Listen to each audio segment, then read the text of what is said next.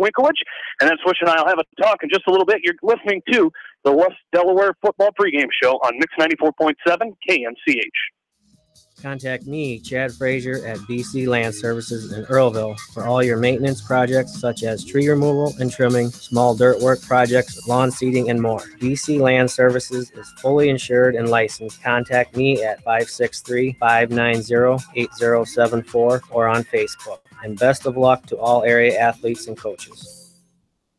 Since 1995, Edgewood Feed Mill Construction has provided customers with a quality, pre-engineered building package for their swine facility needs. Edgewood Feed Mill Construction is a general contractor and will assist you with the construction of your livestock facility, start to finish. For more information on Edgewood Feed Mill Construction, contact Steve Harris at 563-920-7835.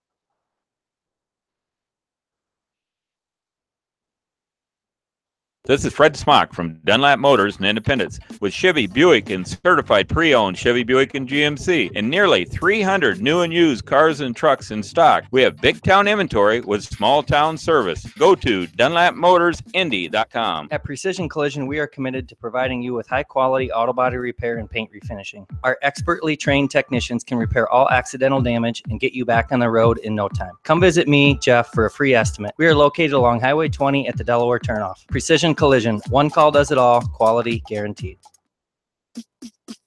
Bob Stephen Motors in Manchester proudly supports all area athletes. Bob Stephen Motors is your locally owned and operated GM dealer in Manchester. Visit them on the web at bobstephenmotors.com.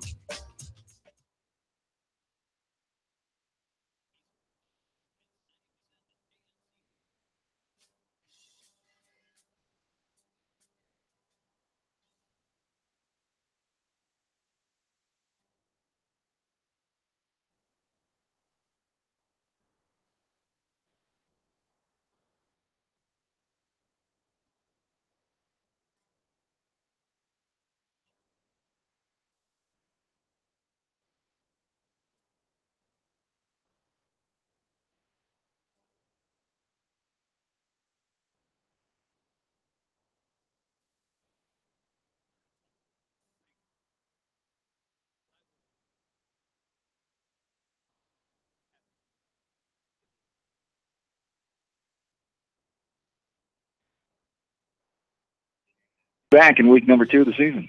Absolutely, as a lot going on this week, as really the West Delaware volleyball team getting their first action starting last Saturday, and then of course last night down in Mount Vernon. We'll start with them, as last Saturday went 3-3 in a very good Independence Invitational, as went up against some good ranked opponents as they fell to Starmont, Independence, and Springville. So a tough opening weekend for the Hawks, and then of course last night the 3-0 loss to Mount Vernon. So a tough loss for the Hawks, or tough week to start off for the Hawks. Yeah, 4th place last Saturday at the Independence Invitational, and last night match that you and Joan called. Thanks again for filling in for me last night. And down in Mount Vernon to start off East Division play, and Mount Vernon, they lost a lot as well. Coach Mather knew it would be a good test for both teams coming out, and unfortunately the Hawks just don't have enough firepower right now to compete with Mount Vernon last night. Shut out to 3-0. Just battling some injuries, some girls getting back into the groove of playing volleyball here with kind of an odd preseason of injuries and not everybody together as a team. And that takes a toll on even when you have a good team, girls have been playing together for a while, when you have to go through some adversity like that, it's going to affect you, no doubt. And the Hawks will hope to rebound, and Coach Mather just about improving, getting better, getting that mindset. It hasn't happened in a while where a varsity team for West Delaware started out 3-4, and that's what they sit now, the record heading into tomorrow's invitational as they travel to Benton to take part in that Benton-Schellsburg invite starting at 9 a.m. The sophomores will be in Independence tomorrow. They also have a tournament starting at 9 o'clock. And you know Coach Mather, you've been around him and around this program for 9 years now. You know he is very frustrated right now starting 3-4. But like he said last night in the postgame, you can't blame the injuries for some of the mistakes that they're making mentally. And that's something that they're going to have to get used to, especially with the new setter and Allison Collier coming in.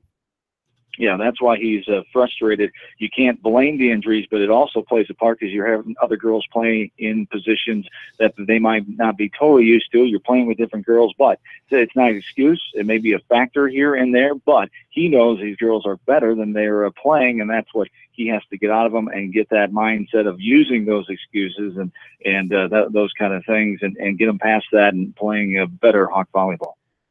Absolutely. We flip over to boys and girls cross country now, as they were at Owine on Tuesday night. The boys did a great job, finished 6th place out of 20 teams there, and the girls with a 14th place finish. And, the coach is talking about those personal records that these kids are looking to get every time out. And we had one with the top boys runner in Ben Litter running his best time ever. So a good week for the cross country as well. Yes, indeed. They ran at Hickory Grove Golf Course on Tuesday night. The Hawks, as Jamie said, sixth place out of 20 teams behind the Premier Power Decorah. They finished first. The Bobcats of Western Duke second. Denver, Center Pointer, Bannon, Waterloo, Columbus rounded out the top 5 or 6. Individually, the Hawks, led by senior Ben Litter, as Jamie alluded to, finished in 28th place with a career best 18:20. He was followed closely by teammate Noah Crumpton, who was 33rd, running an 18:25. Freshman Blake Smith made a nice varsity debut, finishing in 46th place with a time of 19 minutes. Rounding out the varsity results, Keegan Colbert, 47th. Brady Carroll was 50th. Nathan Goranson, 52nd. And Isaiah Rich was 53rd, as Coach Meyer was very happy with the way his team ran on Tuesday night. And again, sixth place out of 20 teams. The Hawks will run again Tuesday night at the Wartburg College Complex. Is that in Waverly? Is that meet will be hosted by Waverly Shell Rock? That will be the Hawk girls' next competition as well. They finished 10th place out of 20 teams at the meet in Oline on Tuesday. Decorah, Waukon, Western Dubuque, Denver, Center Pointer, Urbana were the top 5. North Lynn came in 8th. Beckman was 12th. As I should say, West Delaware was 14th in the varsity side, 10th in the JV results. For the cross-country varsity girls, Abby Lockheed, 21:46, 23rd place. Gracie Weeks, 55th place, 23:12. As Bridget McMahon, a 24:08, 79th place. Another freshman, Katie McGrain, 25:46, 102nd place. Grace Johnson, Sheila McMahon, and Abby McGrain also competed and ran there at Oline. So both teams improving, getting the mindset going here early on the season with 2 mates under the belt, and the third one coming up on Tuesday. Absolutely. And now we talk about last week, the high school football season getting underway, as tomorrow, it's of course week 2 here tonight, as you've got Shookie and Tom King up at Starmont tonight, with Maquoketa Valley traveling to Arlington to take on Starmont. But the college football season getting underway last night officially, but for the Iowa Hawkeyes, they will host Wyoming tomorrow, an 11 o'clock kick. A lot of questions this year for the Hawkeyes, obviously, as new direction, new under quarterback, and, of course, offensive coordinator as well. So a lot of questions here for the Hawkeyes early on this season, but still that excitement in the air for college football starting this weekend. Absolutely. Nathan Stanley named the quarterback officially this week. Swish, you got to remember, it's now Nate Stanley officially, after he made that clear to the media this week. Nate Stanley, because he thinks Nathan means his mother's calling him. I heard that. One report, he told Dolph a different story, though, at Media Day. He said he didn't care either way, and then that came out about the mom. So we're kind of saying, what do you mean you don't care either way? But, yeah, Nate is the way to go. It's a more football name, and Dolph will go by Nate anyway. Thinks it sounds a little better. He was on a show earlier in the week on KXNO out of Des Moines, and they were asking his opinion what he would call him. And Nate is the choice that Dolph's probably going to make as well. But the kid out of Wisconsin, Nathan Stanley, and he is the man and ready for this Hawkeye offense. And Akron Wadley, James Butler, the junior college transfer from Nevada. We'll see how all the pieces work for head coach Kirk Ferentz and new offense coordinator Brian Ferentz. And it'll be very interesting. Keep an eye on that quarterback from Wyoming, of course. He is touted very heavily. He came out of nowhere last year, had a great season as Josh Allen, but also remember he lost his top 2 receiving targets from a year ago and his number 1 running back. So the offensive pieces aren't the same that they saw a year ago for the Wyoming offense. Allen has some great numbers, over 3,200 yards coming in passing wise. He's thrown for 28 touchdowns. The junior out of Fireball, California, 6'5", 233-pounder. But the pieces around him aren't quite the same. We'll see what kind of factor that'll be. The Hawks have the better lines, it appears, on paper, and in the trenches they hopefully will dominate, and that'll be the deciding factor of the first game in the 2017 campaign for the Hawks tomorrow. Should be interesting to see that Hawkeye defensive setup as well, especially in the linebackers. A lot of experience returning for the Hawks up the middle on that defensive side of the ball as well. Absolutely, and just who will step up? There's always usually a couple Hawkeyes. A couple years ago, it was Akron Wadley who stepped up in the game halfway through the season. Coach Ferentz alluded to that in the press conference this week. And just defensively, offensively, who are the guys going to step up and press people, and then they get their chance and then they shine? Another key note that came out earlier today: our own John Street from the Manchester area will serve as honorary captain tomorrow. The former Iowa assistant athletic trainer and travel coordinator, John Street, serving tomorrow. Got to see John last night in Jefferson as we're celebrating Eddie Polak's 70th birthday, and always great to talk to him. Of course, he's been in Manchester the last several years after he retired, a lot more. Spending some time with his parents, of course, the last few years, and going back and forth between there and Iowa City, and of course went to high school in the Delaware County area. So always great to see Streeper, and a great honor as Kirk. Be glad to have him in the locker room and on the field with the kids tomorrow. And it's going to be a Manchester Day as the captains, as Jalen Butikoffer is going to be the kid captain for the game on Saturday. So a great day to be down in Wyoming, or in Iowa City, for the game against Wyoming.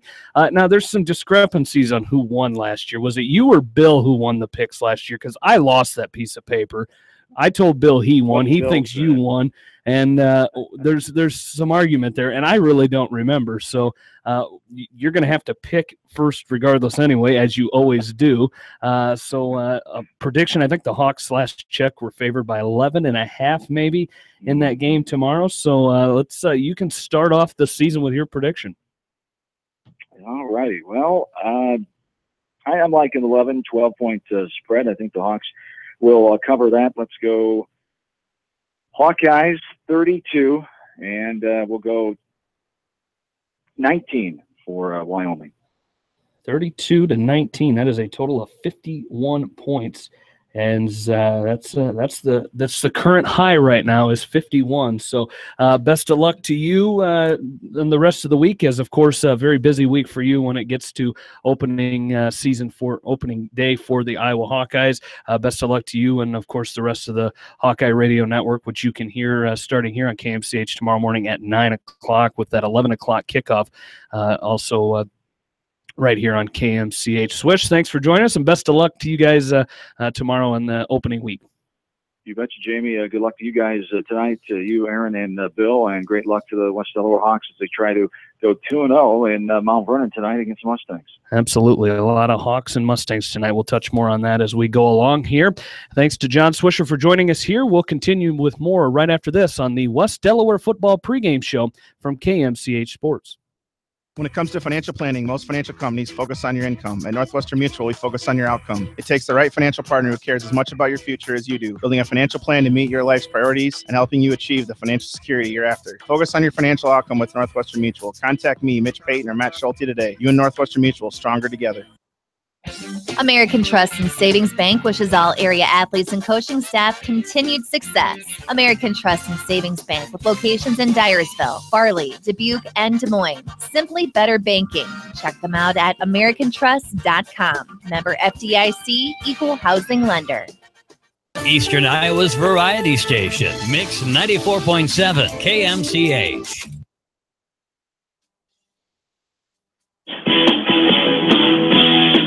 Back into Ash Park in Mount Vernon, the home of the Cornell College Rams, here as the West Delaware football pregame show rolls on here as we take a look at this week's area football games, starting with our area online and playback game of the week, as tonight Kevin Shookman and Tom King will be in Arlington as Maquoketa Valley is up there taking on Starmont.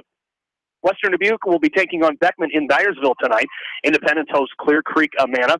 Cascade will be hosting Central DeWitt. Maquoketa is at Anamosa tonight. Monticello travels to Comanche to take on the Indians tonight. East Buchanan is at Sumner Fredericksburg. Edco is at Clayton Ridge, and North Lynn is at Jessup. We'll keep you updated with all of those area games. And if you want to keep it up to date yourself, go to our website, kmch.com, and on the right-hand side, you will see the high school football scoreboard link. As it's under Friday Night Football scoreboard. Click on that and the scoreboard will pop up for you there. Taking a look at this week's rankings in Class 4A, West Des Moines Dowling took 1 week for them to take the #1 spot as Ankeny Centennial was knocked off by Johnson. They were the number 1 team last week. So it's West Des Moines Dowling, West Des Moines Valley, Iowa City West, Waukee, Johnston, Ankeny Centennial, Lewis Central, Bettendorf, Cedar Rapids Kennedy, and Cedar Rapids Prairie. In Class 3A, Pella remains your number 1 team, followed by Cedar Rapids Xavier, Sioux City Heelan, Dallas Center Grimes is 4. West Delaware comes in this week at number 5. Webster City is 6. 7th is Storm Lake. 8th is Washington. Davenport Assumption is 9. They lost last night to Bettendorf. In Class 4A, ranked 8th ranked team, and 10th is Carroll in Class 3A. Class 2A, Boyden Hall Rock Valley is your number 1 team, followed by Waukon, and Carroll Kemper as your number 3 team. The Mount Vernon Mustangs come in Class 2A, number 5. In Class 1A, Iowa City Regina is your number 1 team. Van Meter is 2, and West Lyon is also in there at number 2. Denver's number 4.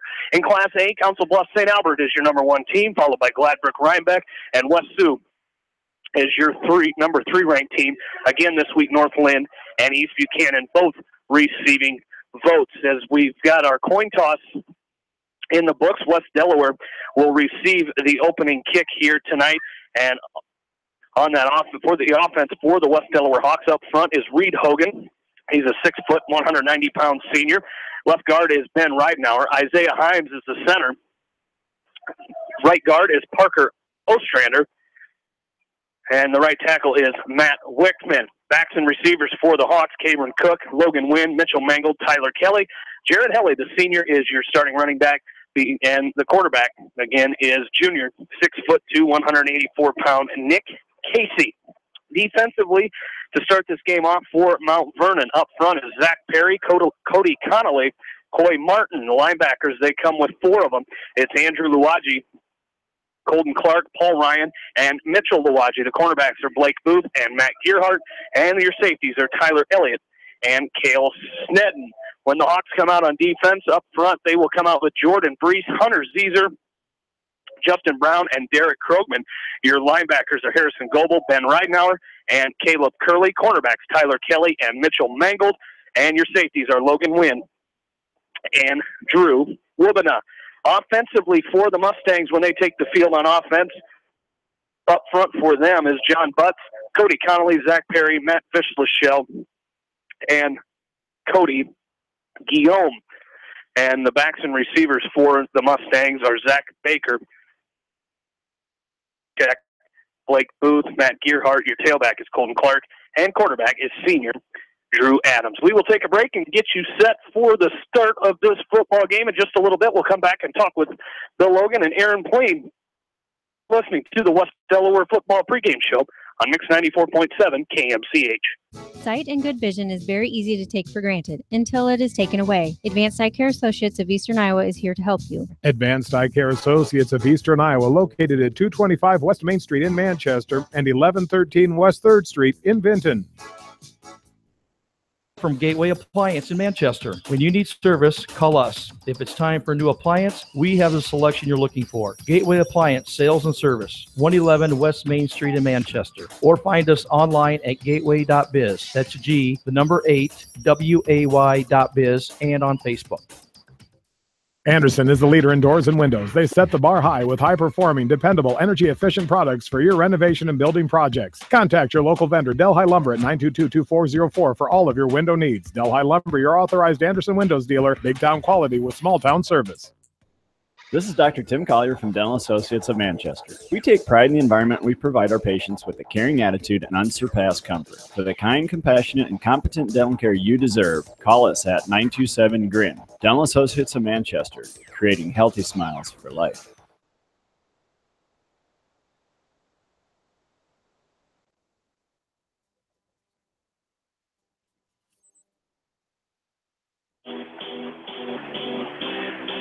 Back into Mount Vernon, Jamie Vaskey back with you in the West Delaware Football Pregame Show as Aaron Plain stands in now. And Aaron, week number 2 of the high school football season, as we mentioned, the Hawks getting the season off on the right foot last week, a 37-0 shutout over Independence. Mount Vernon, another tough team that the Hawks are going to need to get ready for tonight. It was still a very good team despite that 0-1 record, but the Hawks looked good last week. I just think some things especially in the run coverage, that they need to clean up a little bit this week. Yeah, and Coach Wink talked about it in the pregame too, Jamie, about, that's one area that they want to improve on a little bit. Throwing the ball last week, 278 yards from Nick Casey. They got all 4 receivers, caught the ball really well, and then once they did catch it, they took it, gained extra yards and took it in for the touchdown. So, I think overall the Hawks are sitting really good after week 1, but as we know, the biggest jump typically in a season is from week 1 to week 2. So I'm excited to see both sides, all 3 phases, I guess, offense, defense, and special teams. And hopefully, if the Hawks do what they did last week, should come out and look pretty good tonight. Now, Mount Vernon comes in 0-1, a 19-0 loss against Solon last week. But we saw Mount Vernon start the season 0-2 last year, and when they made it to the state quarterfinals and played Williamsburg right here at Ash Park. So they are a very good team despite what their record showed, especially after the first 2 non-district games, and still a good team here tonight. Well, and, they lost 19-0 to Solon, but you take away that first quarter, and it was a 0-0 game for the final 3 quarters. So this Mount Vernon team is going to come in with a lot of grit, a lot of effort, a lot of energy. There's a great crowd here tonight here in Mount Vernon, and so the Hawks definitely are going to have to come out tonight and be ready to go, because this Mount Vernon team brings back a lot of talent, especially the quarterback, most notably Drew Adams from last year. So, and he's going to throw the ball. He threw about 40 times last game against Solon. So the Hawks are going to have to be ready on both sides of the ball in order to come out of here with a victory. Well, I know the freshman quarterback for Mount Vernon threw a lot in this opening game, one in which West Delaware won 47-12. So the freshman 2-0 in the season. We'll hopefully talk with freshman head coach Bob Morris at halftime. Well, that's going to do it for the West Delaware football pregame show. We'll be back with the kickoff right after this. You're listening to West Delaware football right here on Eastern Iowa Sports Station, Mix 94.7 KMCH. Jay's Auto Supercenter in Manchester has quality pre-owned vehicles, great financing options, a full-service department, body shop, and detail department. See their full line of vehicles online at jsautosales.net. That's Jay's Auto. Customer satisfaction is their #1 priority. Jay's Auto! Hi, this is Jamie Baskey at Don & Walt LLC, your independent Lennox dealer in Manchester, encouraging you to plan ahead. Have us check your heating or air conditioning unit before you need it. For residential or commercial plumbing and heating needs and top quality Lennox furnaces and heating units, see Don & Walt LLC on East Main Street in Manchester, or give us a call at 927-2232. Family fun and great food await you at Lightning Lanes Family Center and Captain and Tennille's Sports Bar. Come out for a fun night of bowling or watch the big game on their 10-foot HD big screen. And of course, great food and your favorite beverages. Lightning Lanes Family Center and Captain and Tennille's Sports Bar on East Main in Manchester.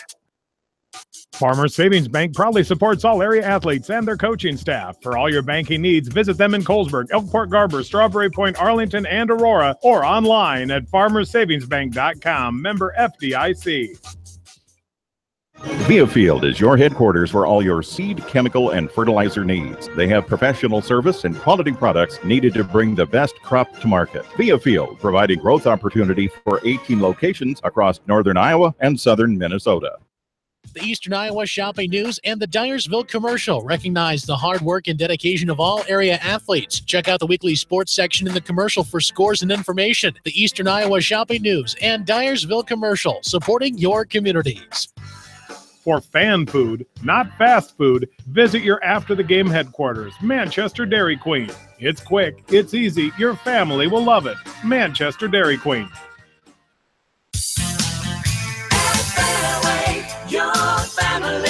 It's no secret that people come to Fairway in Manchester for their famous meats, but as you dash back to the counter to pick up your USDA choice ribeyes, don't be surprised if you find yourself lingering among the delicious fruits and vegetables in the produce department.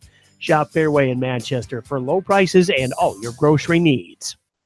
Head to Fireside Pub and Steakhouse before or after the game or anytime, featuring steaks, seafood, pasta, sandwiches, and even fresh-made pizza. They say it's the best around. Visit them on the web at firesidemanchester.com for a full menu and special offers. Just like a great coach, State Farm agents like me, Julie Smith, can help you develop a game plan for your insurance needs. Whether it's car, home, life, health, or business insurance, I can dig into the playbook and help you find the affordable coverage you need. For all your insurance needs, call on a winning team. The Julie Smith State Farm Agency in Manchester. Stop by Dyersville Comics and Games, your local comic book and gaming store today. Gaming events go on daily, and there is a great selection of comics and games to choose from. It's definitely worth a stop. Dyersville Comic and Games, located on 2nd Avenue Southeast in Dyersville. Best of luck to all area athletes and coaches on a successful season. Hi, this is Chris Henry, Service Manager of Brown Sales and Leasing in Elkader. Our goal is to make your car buying experience the best possible, and our factory-certified technicians are dedicated to you and your vehicles. Stop in and see us at Brown Sales and Leasing in Elkader, or visit us online at fullerbrowns.com. Your hometown dealer, wherever your hometown may be. Best of luck to all area athletes and coaches.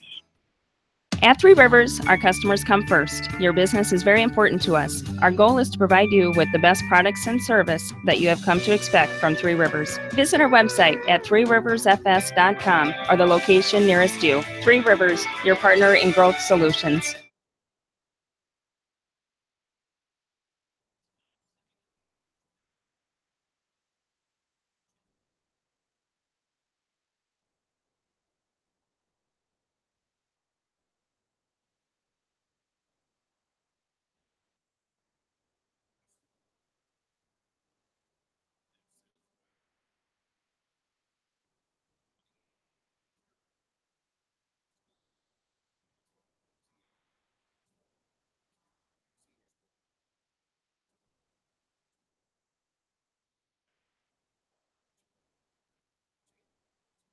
Delaware football is on the air from Ash Park in Mount Vernon, Iowa, where tonight it's the West Delaware Hawks and the Mount Vernon Mustangs. Good evening, everybody, along with Bill Logan and Aaron Pleen. I am Jamie Vasky. Aaron, a great night for high school football.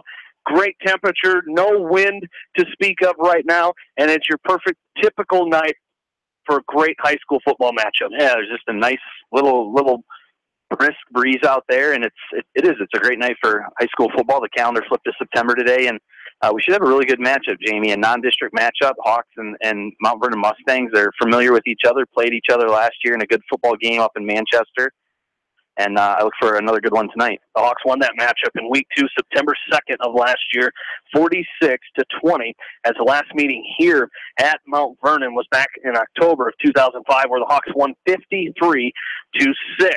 Again, West Delaware 1-0 coming into tonight. They've been to the playoffs 21 times, a state title in 1991. They've made 9 straight appearances into the playoffs, as they have 2 sophomores, 18 juniors, and 17 seniors that comprise the Hawks' 37-man roster. As the head coach for the Hawks, Doug Winkowicz, in his 23rd year as the head coach with a 148-76 record, his 14th year here at West Delaware, where he has compiled a 109-34 record and has led the Hawks to 10 playoff appearances with a runner-up finish in 2005. He spent 9 years at Garner-Hayfield before coming to West Delaware. He's a graduate of Allison High School and Westmar College and Lamar's. Mount Vernon 0-1. They've made the playoffs 24 times with state titles in 1974, 1993, and 1994. 1 sophomore, 15 juniors, and 15 seniors make up Mount Vernon's 31-player roster for head coach Lance Peterson in his 4th year here at Mount Vernon. He is 26-11. He is in his 14th season overall and is 105-44, as he spent 10 seasons at Wilton, becoming the school's all-time winningest coach. He's a 1990 graduate of West Branch High School, played 1 year at Central College before graduating from UNI in 1996. He is the son of West Branch head coach Butch Peterson, who is the state's 14th winningest coach all time with 288 wins. Assistant coaches for the West Delaware Hawks: Corey Coates, Luke Imflin, Brad Wubena, Matt Uthoff, Phil Lester, Brian Klaus, Mark Becker, Bob Morris, and John Warden.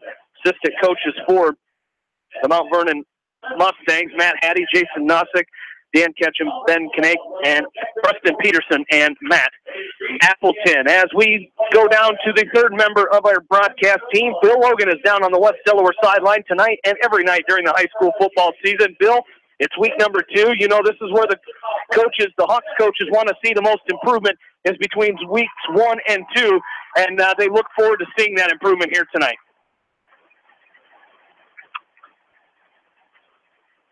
As I think we have Bill down there, we'll try to. There we go. There's a spot where I'm a little dead spot down here. As coach is coming in. This is a great game here tonight. 2 ranked number 5 teams, Hawks in 3A, Mount Vernon in 2A.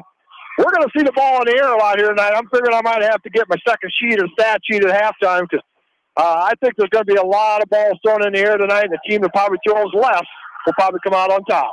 Well, the Hawks look fired up, very energetic down that sideline, but it looks like a pretty calm West Delaware sideline there right now. Well, it is, and the only thing they talk about pregame is don't worry about all the hype, don't worry about all that stuff.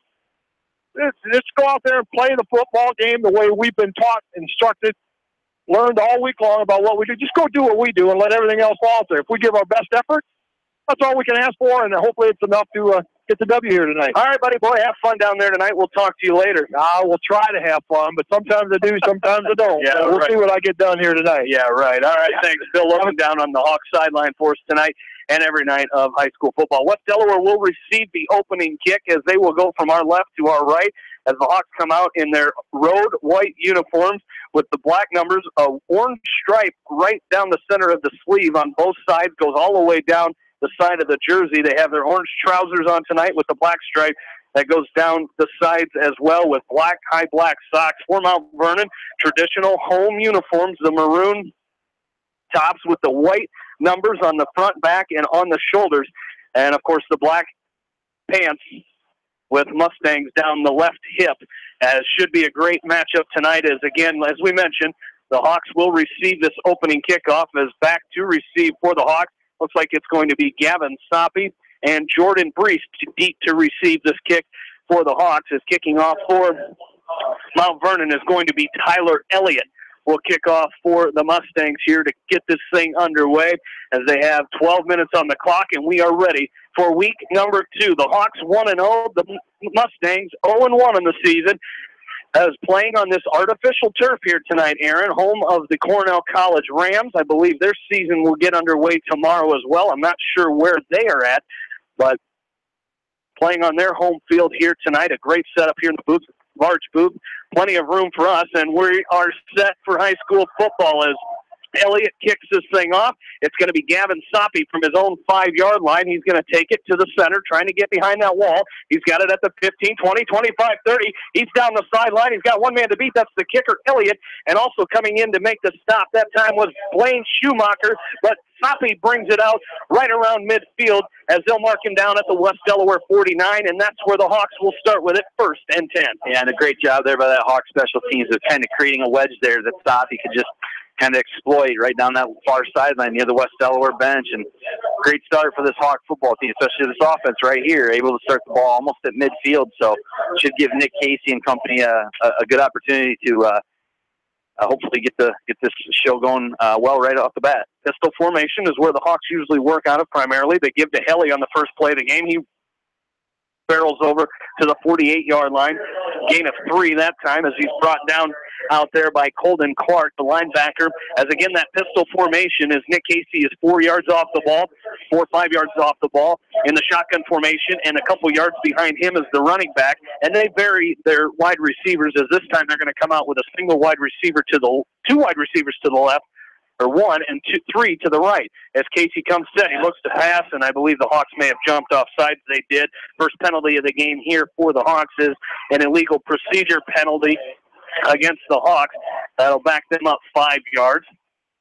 So after a gain of 3, they lose 5, and it'll be 2nd down and 12 here for the Hawks. Just underway, first quarter. District matchup here between West Delaware and Mount Vernon. As Nick Casey will come set once again, pistol formation, 3 receivers to the right, 1 to the left. As Casey looks to pass, goes across the middle, in and out of the hands of Cabron Cook, as he was the intended receiver, and knocking that one down was Blake Booth, and it'll be 3rd down and 12 for the Hawks. And that's that play that they ran last week to very often against Independence, where they just kind of had a guy do a slant in the middle, and there was a lot of room last week, and so went to the well again tonight and just didn't get it on that time, but I look for that play to be pretty common tonight. High snap. Casey wasn't ready for it, and he's going to fall on it back at the 35-yard line. So not the kind of start the Hawks wanted there, as that one, Nick Casey was not ready for that snap. It went over his head and very wisely just ran back and fell on it. So it'll be 4th down and long here for the Hawks as they're back up to their 35-yard line, and Harrison Goebel will be on to punt for the Hawks. As Goebel, a great week last week, just 2 punts, but averaged 39 yards per punt as he had a long 40. As back to receive this punt for the Mustangs is Cale Snedden, and it's a high. Snedden calls for a fair catch at his own 35-yard line, and that is where Mount Vernon will take over first and 10. As Drew Adams, the senior quarterback here for the Mustangs, had a good week last week, 22 of 39. That's a 56% completion rating, 177 yards, 3 interceptions, no touchdowns for Adams, as they come with a variety of running backs, as you're going to see a majority of them to either Paul Ryan or Colden Clark as they come set shotgun formation. 4 receivers. They're going to hit a bubble screen. This time this is going to be Booth at his own 30-yard line. He brings it out to about the 39-yard line as he's going to be run out of bounds that time.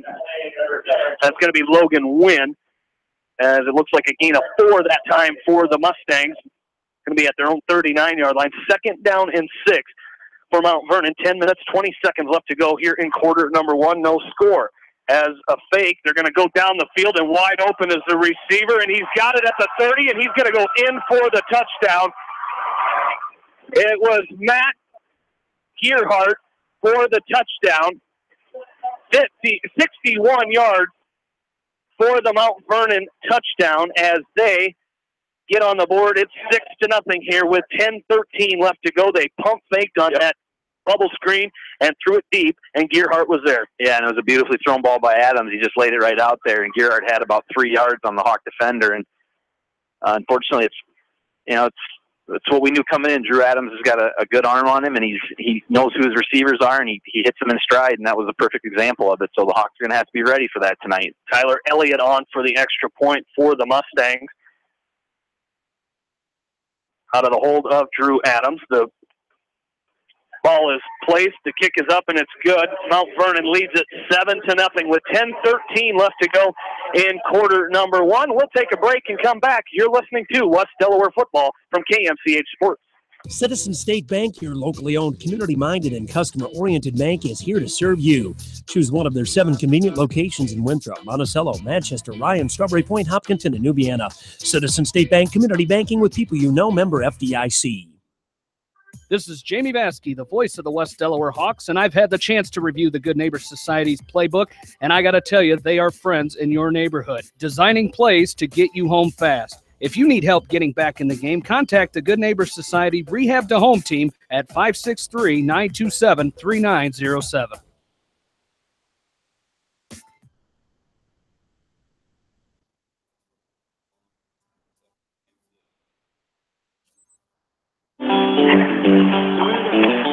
Back into Mount Vernon, Mustangs lead 7-0 after that 61-yard touchdown pass from Drew Adams to Matt Gearhart. 10:13 left to go. The Mustangs set to kick it off here. And a touchdown drive, Jamie. 2 plays, 65 yards. Took 15 seconds off the clock. 61-yard touchdown pass from Adams to Gearhart puts Mount Vernon up 7-0. Elliott's kick is going to be taken by Gavin Soppy at his own 5-yard line. He's met at the 20 and brought down hard that time. Coming up and bringing Soppy down was Tucker Dixon, as Dixon drops Soppy at the 20-yard line, and that's where the Hawks will start their second drive of the ball game from their own 20-yard line. See if they had better success this time as they went 3 and out and punted the ball away their first possession. Again, that last possession, they had a false start penalty and then a bad snap, the one that Casey was not ready for, that he had to fall on. 3 receivers to the left for the Hawks. Is the back this time is Jared Helly. They give to Helly up the middle. He cuts to the left side. And he brings it out to the 26-yard line. He gained a 6 that time. Nice run by Helly there as he picks up 6, and it'll be 2nd down and 4 for the Hawks. And I think Bill's probably spot on. He's like, the team that can run the ball is probably the one that could end up coming out victorious tonight. You can already tell the Hawks are trying to make a concerted effort to get the ball into the hands of those backs. 3 receivers to the left. The Hawks pump fake, and they go downfield, and this is going to be caught on the left side. This is going to be Cameron Cook, and he's down the sideline, and Cook could go to the end zone, and he will for the West Delaware touchdown, 74 yards. The touchdown pass from Nick Casey to Cameron Cook. So the Hawks pump fake on the bubble screen themselves and throw a bomb to Cook, and the Hawks get on the board at 7-6 Mount Vernon. No sooner did I say talk about running the ball than they throw a 74-yard touchdown pass, but beautifully thrown pass by Nick Casey to Cabron Cook, and that's what you hope when the opposing team hits you in the mouth, you come right back, and that's what the Hawks did here. So nice throw there by Casey. Nice job of Cabron Cook to stay in bounds and run down the sideline. Caleb Zier on for the extra point. He was 5 for 5 last week. He's now 6 for 6, as it is good. 7-7 is our score. 9:29 left to go in this first quarter, and we're back after this from KMCH Sports. The Edgewood Reminder is proud to support all the area teams in athletic action and appreciates their efforts in the classroom and during sports. Check out all the sports photos in each week's issue of the Edgewood Reminder. TriVet Associates is a mixed animal veterinary clinic with offices in Farley, Dyersville, and Holy Cross. Our 8 doctors serve the Dubuque, Manchester, Guttenberg, and Cascade areas and provide veterinary services to both large and small animals. For more information, find us on Facebook or visit our website, trivetinc.com. High-Tech Communications is your local service provider for telephone systems, fire detection, audio, video, security and surveillance systems, wiring, and more. High-Tech has decades of experience in the industry. Contact High-Tech at 563-927-4936, online at hightechcommunications.us. High-Tech Communications, changing your world with technology. Are you looking for great food and a unique atmosphere? Then make Okoboji Grill your next lunch or dinner destination, or enjoy 2-for-1 happy hour every Monday through Thursday from 4 until 6 p.m. That's Okoboji Grill, 1749 Golf Course Boulevard in Independence. Okoboji Grill, where good friends meet.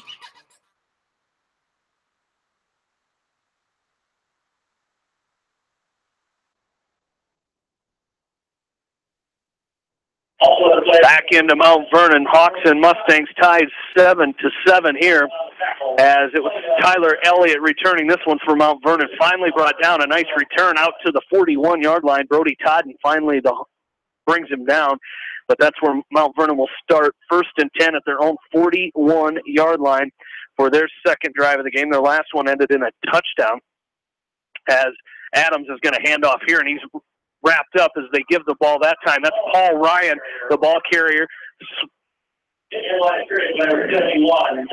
as he's brought down by Justin Brown on that play of West Delaware, as Brownie brings him down there. So 2nd down and 11, a loss of a yard that time for the Mustangs, as Adams back to pass again. Now he's under pressure. He loses the pressure. Now he's going to tuck and run. He's got some room at the 45 nearing midfield, and it's going to be close to a Mount Vernon first down as he crosses to the 49 of West Delaware, as he's brought down that time by Hunter Zeeser. And that last West Delaware drive, Aaron? Yep, the Hawks answered Mount Vernon's 2-play touchdown drive with a 2-play of their own. Cabron Cook with the 74-yard touchdown pass from Nick Casey to 44 seconds off the clock with the extra point. Ties the game 7-7 here early in this first quarter. And that was a first down by Adams. There's now 2 backs and the split back in the shotgun. They give us to Paul Ryan off the right side. Jordan Brees comes up behind him at the 48-yard line and brings him down after a 1-yard gain that time, as he's down at the West Delaware 40. Now they're going to give him the 47-yard line, so give him 2 yards on that one. It'll be 2nd down and 8. 8 minutes, 10 seconds left to go in quarter number 1. Hawks and Mustangs tied 7-7 as Adams comes set. Paul Ryan, the single back beside him, and they send a man in motion, and they're going to hand off to the man in motion on the end around play and bringing him down, as that was Zach Baker, the sophomore, as coming up and making the stop for the Hawks was Logan Wynn. It's going to be a gain of 3 that time. It'll be 3rd down and 5 for Mount Vernon as they have it down to the West Delaware 4.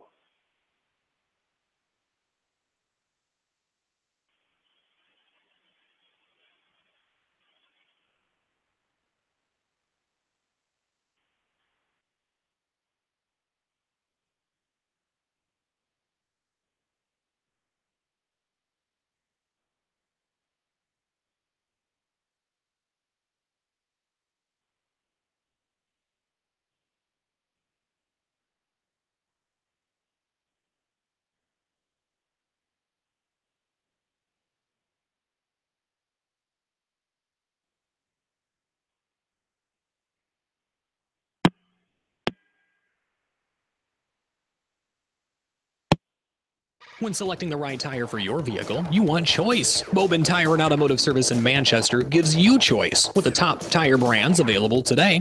For the tire choice you want and the service your vehicle needs, see Bobin Tire and Automotive in Manchester. Apparently we don't have good stuff for your convenience.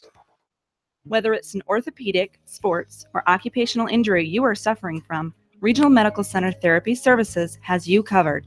With a customized treatment program, Regional Medical Center Therapy Services can get you back on track in the active game of life.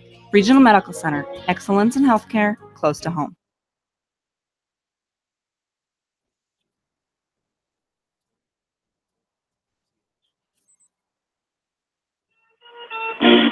Back into Mount Vernon. We apologize for that. A little technical difficulties here from Mount Vernon here tonight, but that pass on third down for the Mustangs was incomplete, so the Mustangs punted away. The Hawks took over, and quickly one running play, one first down for the Hawks, and they're back to work, as it was Helly on the first down carry that time, as this time they give to Helly once again, and right up the middle and making the stop that time for the Mustangs was Cam Woodley, as Woodley drops Helly for a 1-yard loss after a 10-yard gain by Helly on that last play. So it'll be second down and 11 for the Hawks. 6:55 left to go in quarter number one. This game is tied 7-7 as the Hawks come set. 3 receivers to the left, 1 tight end on the right side this time for the Hawks. As Casey comes set, he looks to pass. He throws, quick pass to the left, and it falls incomplete. Looking for Cabron Cook on the left side. Cale Snedden was the defensive back in coverage that time, and it'll be third down and 11 here for the Hawks. Yeah, and Casey looked like he got back there and got a little nervous and got rid of it a little quicker than what the receivers had actually came out of their breaks. So third down here, big third down here. You know, the Hawks are back in their own territory here a little bit, so hopefully they can pick up a big gain here and keep the drive going. Casey comes set. They send Helly in motion out to the left. Fumbled by Casey. He picks it up. Now he's stumbling under pressure. See if he can get rid of it here, and he does. He throws this one away, and he's run out of bounds. But an incomplete pass, very wise decision that time by Nick Casey just to throw that ball away, and it falls incomplete, and it'll be fourth down and 11 for the Hawks as he was all the way back to his own 10-yard line. So good job there by Nick Casey to throw that ball away, and it looks like the Hawks will send out the punt team once again here as Harrison Goebel comes into punt for the Hawks. As 2 guys back deep this time for the Mustangs. It'll be Tyler Elliott and Cale Snedden deep to receive this Goebel punt. As Goebel takes a snap, nice snap, gets the kick away, an end-over-end kick is going to be fair caught at the 41-yard line. It's Tyler Elliott at the 41-yard line, and that's where Mount Vernon will take over first and 10. So a defensive battle after those 2 big touchdown passes, one by each team, as this game tied at 7, but the defenses have kind of settled in here a little bit. Yeah, and you'd expect that. I mean, defenses are typically, especially early on in the season, are a little bit ahead of the offenses, so you'd expect the both sides or both defenses to kind of feel their way and get settled in, like you said, a little bit sooner. So now would be a really good time for this Hawk defense to come up with a nice turnover here. Drew Adams comes set, 1 man in the backfield behind him. That is the tailback Holden Clark, as Adams will pass. He's under pressure, rolls to his right. Now he's going to take off with it and run. He's down the field, and there is a penalty marker down as he's run out of bounds that time at about the 44-yard line. But again, a penalty marker down. And we will see what the call will be here, as it is holding against the Mustangs, as I believe the Hawks will probably accept that penalty. So the first penalty of the ball game for Mount Vernon is on their offense, a holding penalty.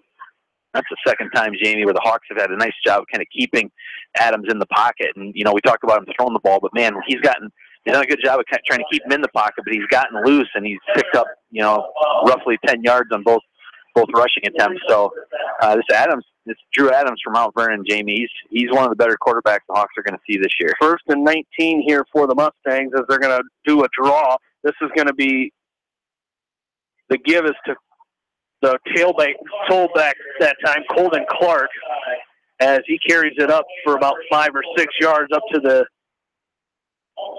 35-yard line. Actually, just a gain of 3. It looked like a lot more. He was back at the 26. A nice gain that time as they're up to the 35. As with 5:52 left, it's second down and 16 for the Mustangs as Adams comes set. Colton Clark the back. Quick pass to the left. This is caught by Booth. He avoids one tackler, but coming up and tripping him up that time was Logan Wynn as Grant Morris tripped him up for just a second, and Wynn was able to come down and pick him up as they're up to the 42-yard line now. It'll be third down and 9. So went from very long to very manageable here for the Mustangs. Third down and 9.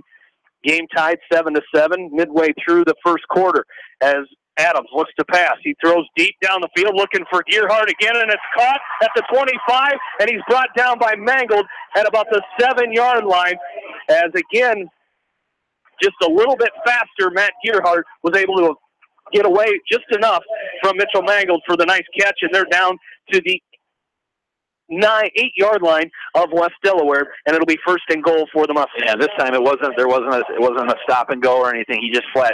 It was a fly pattern right down this near sideline here, and the ball was once again thrown right in Gearhart's hands. First and goal. They fake the handoff to the motion man. They give it to Clark up the middle, and he's going to bring it down inside to about the 3-yard line, inside the 5, as he's brought down by Justin Brown.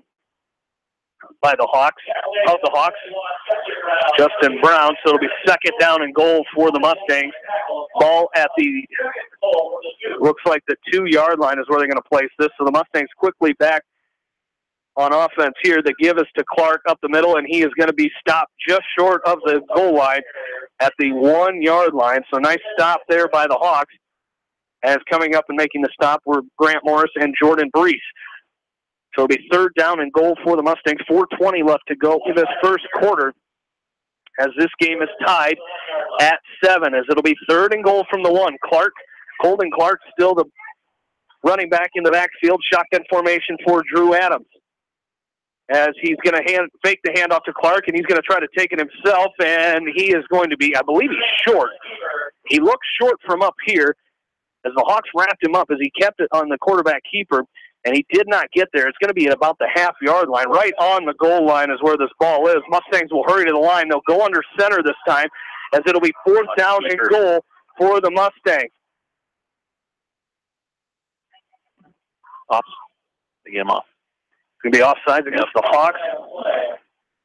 It'll be offsides against the Hawks. Not sure you can move the ball any closer. So the Hawks' second penalty. Half a yard to a quarter yard of the game. I don't know if you could, I don't even know if that was possible. I saw where that ball was originally. It might be over on the goal line right now as Adams comes set. They're trying to draw the Hawks offside, and the right tackle for Mount Vernon moved on that one. That was John Butts. Moved an illegal procedure penalty against the Mustangs, as that is what it is. Illegal procedure against Mount Vernon will back them up 5 yards now. So take that half a yard away on the offsides by the Hawks. And now Mount Vernon faces fourth and goal. And it looks like they're going to send the field goal unit in, and Tyler Elliott will be on to attempt this field goal. As Elliott on for the field goal, as it'll be about a 22-yarder, and the kick is up, and it is good. And Mount Vernon leads this game 10-7 with 3:16 left to go in this first quarter. We will take a break and come back. You're listening to West Delaware football from KMCH Sports. I make 10 calls when you can make 1 call to Mormon Insurance, a member of People's Insurance in Manchester, and get the best quote from 10 different companies on your auto, home, and farm insurance. You can depend on Mormon Insurance for fast, friendly service and quality coverage. Call Kathy or Rachel today at 927-2263. Mormon Insurance, a member of People's Insurance in Manchester. At Telke Motors, we believe in a gentler, simpler way of doing business. Check out our large selection of new and pre-owned vehicles, as well as a great incentive at TelkeMotors.com. If you're looking for a new, pre-owned vehicle or service on your current vehicle, come to Telke Motors, Chrysler, Jeep, Dodge, and Ram on 9th Street in Dyersville.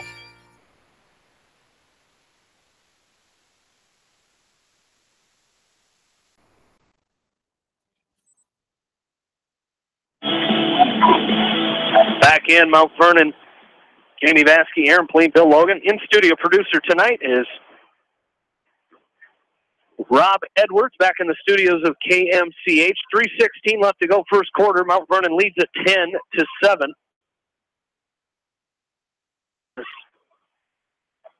The Mustangs will kick it off here. Set to kick off is Tyler Elliott and Gavin Stoppy. This will back him up into the goal line, and it'll be a touchback, and the Hawks will take over 1st and 10 at their own 20-yard line. That last scoring drive, Jamie, by the Mount Vernon Mustangs, 6 plays, 52 yards. Tyler Elliott with the 23-yard field goal puts Mount Vernon up 10-7 with 3:16 to go here in this first quarter. But I give the credit, a lot of credit goes to that West Delaware defense. Mount Vernon had 3 or 4 plays there inside the 5-yard line. That Hawk defense held tight and did a good job of forcing the field goal, especially when you've got 3rd or 4th down and inches to go. So nice job by that West Delaware defense. Like Bill said, the shortest penalty in football history as the Hawks will come set. Casey will pass. He's got it to Tyler Kelly down the sideline. He's got it at the 40, 45, 50. He's down the sideline. He's got Cale Snedden chasing him down the sideline. He cuts back at the 15, and he's going to go into the end zone for the touchdown. Tyler Kelly from Nick Casey, 80-yard touchdown pass, and the Hawks go up 13-10. What a great throw by Casey, and Tyler just took it upfield, and after the Mount Vernon defender fell down, he just took the reception up the far sideline near the West Delaware bench and took it into the score here to put the Hawks up now, their first lead of the game here late in this first quarter. Great pursuit by Cale Snedden. A lot of speed to chase down Tyler Kelly down that sideline, but just a cutback move that time by Kelly allowed him to go in for the touchdown. Caleb Zier on for the extra point, make it 7 for 7 on the year for Caleb Zier as the Hawks go up 14-10 with 3:01 left to go in this first quarter. We will take a break and come back. You're listening to West Delaware football from KMCH Sports. Leonard Muller Funeral Home and Crematory wishes all the best to the athletes and appreciates their hard work and scholastic efforts throughout the year. For personal, caring service, Leonard Muller Funeral Home and Crematory in Manchester, Edgewood, and Strawberry Point. Hey KMCH listeners, GMB is proud to support our area athletes and help bring the sport to you. The GMB Bank team reminds you whatever your financial goals, we're here to help you reach them. Stop by our Manchester location or visit us online at gnbbank.com. Member FDIC. Going above and beyond is a standard of care at Above and Beyond Home Health and Hospice Care. Their compassionate staff care deeply about the comfort of their patients. A nurse is available 24 hours a day, 7 days a week. Above and Beyond Healthcare, the more they care, the more beautiful life becomes. Proudly serving Jones, Jackson, Johnson, Lynn, Clayton, and Delaware counties.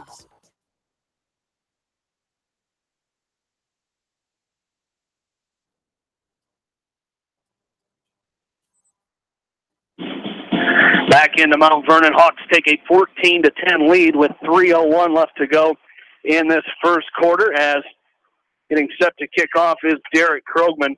Deep to receive for the Mustangs is Tyler Elliott and Cale Snedden. It'll be Elliott from his own 15-yard line. He's trying to go across the field, going from right to left for us, and another nice return by Elliott. He's down the sideline, cuts back, and Derek Krogman, along with Joey Sonny, makes the stop for the Hawks. And it's a nice return that time by Elliott as he carries it all the way to the West Delaware 44-yard line. A touchdown drive, Jamie, by the Hawks. Just one play, the 80-yard touchdon pass from Nick Casey to Tyler Kelly. Took 15 seconds off the clock, and with the extra point, puts the Hawks up 14-10 here with 2 minutes and 54 seconds to go in the first quarter. As Drew Adams comes set, senior quarterback for the Mustangs, they will take the snap. He rolls to his right, looks to pass, now under pressure, and he's going to throw this ball away. As actually, who found Snedden on the sideline. As nice job, Tyler Kelly on the covers that time for the Hawks. It falls incomplete. 2nd down and 10 upcoming for Mount Vernon. As Cale Snedden, their leading receiver last week, 9 receptions for 90 yards. Could not come up with that one, and it'll be 2nd down and 10. Ball at the West Delaware 44-yard line after a nice kick return by Tyler Elliott. As Adams comes set, fakes the handoff to Paul Ryan. Now he's going to throws down the middle, and might be there it came. It was not sure that as they were looking for Cale Snedden, and it's going to be a penalty against the Hawks. Pass interference. It looked like they got tangled up with each other. That's what I was thinking. It looked like the Hawk defender was trying to actually get out of the way, and he just kind of kept running into him. So, unfortunate penalty there for the Hawks. So the Hawks, after that penalty, it'll be pass interference, their second defensive penalty of this ball game. As that'll be a 1st down for Mount Vernon. And that is their fourth first down of this first quarter. 2:42 left to go. Hawks lead 14-10. They send Blake Booth in motion. As Adams comes set, they hand off to Paul Ryan up the middle. He's dropped. Nice stop there by the Hawks. Ben Ridenauer comes up. As Ridenauer comes up and makes the stop, they're going to give him 1 yard on that one. It'll be 2nd down and 9. Ball at the West Delaware 29-yard line. Again, the Hawks lead 14-10 with 2:20 left to go in this first quarter. Adams comes set. He sends a man in motion. It's Booth. They hand off to Paul Ryan, right side, and he's tripped up. Nice job there. Harrison Goebel wraps him up by the feet as Ryan was able to fall forward after being tripped up. He's going to fall up to the West Delaware 20, down to the 25-yard line. As it'll be 3rd down and 5 here for the Mustangs. Ball at the West Delaware 25 as Adams comes set. 2 receivers to the right, 2 to the left for the senior quarterback. Quick pass left side. It's going to be caught by Blake Booth. And there's a penalty marker down before the play was run, and it'll be offsides against the Hawks. And that'll be against West Delaware, so their 3rd defensive penalty of this ball game, and it should be close to a Mount Vernon first down. They may be just short. And it is. It's going to be 3rd down and 1 for Mount Vernon here. 2 receivers to the left. It's Gearhart and Booth. 2 to the right this time as well. As they're going to Adams is going to pump fake, but he's going to run it himself. A quarterback draw as he picks up the first down. Another rushing first down that time by Drew Adams, and they've got it down to the West Delaware 17-yard line. I wasn't sure there if that was a design pass play and it just kind of broke down and he just scrambled for the first, or if that was a designed run play there. Adams looks to pass, 1st and 10 for the Mustangs, as now he's under pressure. He's going to be tripped up. Nice job that time as Jordan Breeze comes up with the sack in the backfield back to the 20-yard line. So loss of 3 yards there on that sack by Jordan Breeze, and it'll be 2nd down and 13 for the Mustangs. Jordan put those hands up in the air. It looked like Adams was going to try and throw the ball over him, and he put his hands up, made Adams kind of tuck the ball and run, and he just kind of clipped his heels there and dropped him for the loss. So nice job there of pursuit there by Jordan Breeze. As Adams comes set, looks to pass. Now he's going to throw a screen there to the running back, Ryan. One Hawk just about caught him in the backfield, but Harrison Goebel wraps him up and drops him back at the 20-yard line, right at the line of scrimmage, so no gain that time. It'll be 3rd down and 13 for the Mustangs. 37 seconds left to go in this first quarter. Again, the Hawks leading 14-10. As I didn't see who that Hawk was. It just about had Ryan caught in the backfield as he was coming in and just whiffed on the tackle. As great pursuit by the Hawks. Goebel drops him, though, for no gain. 3rd and 13 for Drew Adams in this Mustang offense. As he looks to pass, he looks down the middle. He throws it down the middle and incomplete, as the intended receiver that time was Zach Baker. As it falls incomplete, one of the Hawks, I think it was Logan Wynn. I think there was a little collision there, but I don't think Wynn did anything intentional there, as he almost tried to stop to grab a hold of Baker to try to keep him from getting hit hard. It'll be 12 seconds left to go in this first quarter. Again, the Hawks leading 14-10. One thing I've been impressed with this first quarter, Jamie, is the pursuit of that Hawk defensive line. They're about every pass play, they're getting in Drew Adams' face. 4th and 13. Adams rolls to his right. Now he's looking to throw. He's going to step back. He's going to roll to his left now, looking down into the end zone. It's going to be picked off by Logan Wynn, and he's down the sideline to the 30-yard line of Mount Vernon, or the Hawk 30-yard line, and it'll be 1st and 10 West Delaware as Logan Wynn comes up with the interception, his 2nd of the season, and the Hawks will take over 1st and 10 at the 30-yard line. A penalty marker down on the field, as it's going to be against the Hawks, but I believe it was after the play, after the interception. It's going to be a legal block in the back against the Hawks, but it'll be 1st down for West Delaware.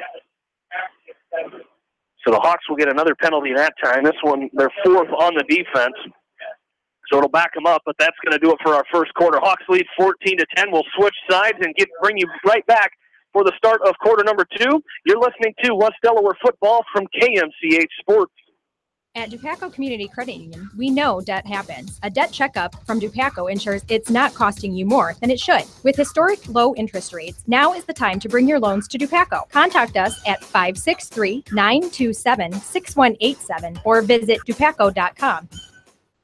The Manchester Press is your community newspaper. Check out the sports section for game stats and photos of area players and game highlights. The Manchester Press, serving the area for over 130 years. West Bend's home and highway policy provides you with one policy, one bill, one deductible, and one agent, all with no hassle and a portion of your annual premium back in cash if you don't have a claim. To find out more, contact your new West Bend agent, Eric Smith, at Parrott Insurance in Manchester at 927-2791. Great food and great fun with friends. That's what's waiting for you at Beaver's Lounge in Manchester. Check out their Thursday night bucket of wings special and Friday night fish special. Beaver's also has a different lunch special every Monday through Friday.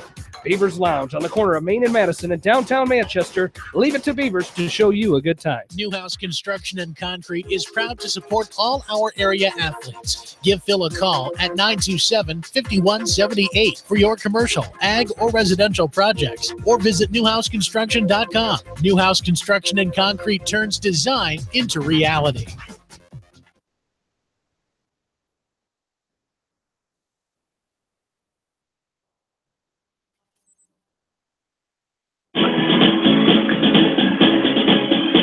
Back into Mount Vernon, start of quarter number 2. Hawks lead 14-10 as the Hawks, after that penalty, will be backed up to their own 20-yard line, and that's where they will start 1st and 10. 3 receivers to the right for Nick Casey. The give is up the middle. This is Hilly, a nice cutback move, and he's got some room to run at the 40, 45, 50. He's got one man to beat, and he's tripped up as coming up and tripping him up that time, I believe, was it Snedden? It was Cale Snedden who was just able to get a fingertip on the legs of Jared Helly down to the 28-yard line of Mount Vernon. Great first down run that time by Jared Helly. Absolutely, and Snedden's getting a workout. He had to chase Tyler Kelly down on the touchdown pass earlier. Now he had to chase Helly down. So great job there, though, Jamie. You're right with the running the ball right up the middle there and picking up big yardage. We're going to have a legal procedure penalty against the Hawks here. So that one's going to be against West Delaware. Their 6th penalty of this first half, as that'll back them up. It'll be 1st down and 15 for the Hawks at the Mount Vernon 33-yard line. Just underway, second quarter, 14-10. West Delaware leads it here. Again, the West Delaware freshmen victorious tonight, 47-12. So they are 2-0 to start this season. As Casey looks to pass, goes down the field looking for Tyler Kelly, and it's going to be incomplete. Little contact there, but no penalty. No penalty is called as TK is talking to the official. And the official's going to put his shoulder pad back into his uniform, and it's going to be 2nd down and 15. Don't forget, stay tuned to KMCH after tonight's contest for tonight's area online and playback game of the week, as tonight it is Maquoketa Valley at Sarmon, and that last check, it was Maquoketa Valley leading 41-6 at the half. The Hawks give to Jared Helly up the middle. He's got it at the 30, 25, 20. Still avoiding tacklers as he's going to be brought down at the 11-yard line as coming up and making the stop for the Mustangs. As Helly is down, still down on the turf. It looks like he's trying to get up. As making the stop was Mitchell Luagi. And Helly will hobble to the sideline as Caleb Curley will come on, but it is going to be a 1st down for the Hawks. He got pulled down awkwardly on that, kind of from behind. The Mount Vernon defender kind of pulled him down from behind, and that, I don't know if it was a knee or an ankle. So pistol formation to give us to Curley, and he's met immediately at the line by 2 Mustangs as Colden Clark. It was Colden Clark and Andrew Luagi combine on the stop that time, as it's going to be 2nd down and loss that time. It'll be 2nd down and 14, a loss of 4 on that carry, as the Hawks will come set 3 receivers to the right. A pass attempt here by Casey, and it's going to be caught out there left side by Tyler Kelly down to the 5-yard line of Mount Vernon. It's a completed pass to Kelly. The Hawks can still get a 1st down here. They need to get to the 1-yard line of Mount Vernon. It'll be 3rd down and 4 for the Hawks. We talk about it, Jamie, these receivers for the Hawks. Cabron Cook, 6'4", Tyler Kelly, 6'3". I mean, just big receivers that can go up and get it. So, or excuse me, Tyler Kelly, 6'6", so big receivers that can go up and get it. They give us to Curley up the middle, and he's going to go into the end zone for the Hawk touchdown. Caleb Curley from 5 yards out, and the Hawks take a 20-10 lead here with 10:21 left to go in this second quarter. Yep, pretty impressive drive there by the Hawks, Jamie. That's the West Delaware Hawk offense that we're used to seeing, and I'm sure that's what Coach Wankowicz was talking about, running the football effectively and imposing their will on the opposing team. So great job there by that West Delaware offense. Low snap, nice pick that time by Mitchell Mangold, and the kick is up and good on the snap that rolled back to Mangold. He did a great job of picking that one up, and the Hawks take a 21-10 lead here with 10:21 left to go in this first half. We'll take a break and come back. You're listening to West Delaware Football from KNCH Sports. Sode's Green Acre, located in Guttenberg, offers a fun shopping experience for the entire family. Retro candy, unique gifts and toys, gourmet foods, coffee and tea, top shelf spirits, craft beer and wine, plus a cafe with full bar service. Sode's Green Acre in Guttenberg. Find them on Facebook. In sports, as well as banking, numbers mean everything. Making sure you have experienced athletes and bench strength are a critical combination for a winning team. The same goes for our F&M team. With an average longevity of 15 years and 28 members strong, F&M is consistently showing strength in numbers. F&M Bank, the right choice, member FDIC.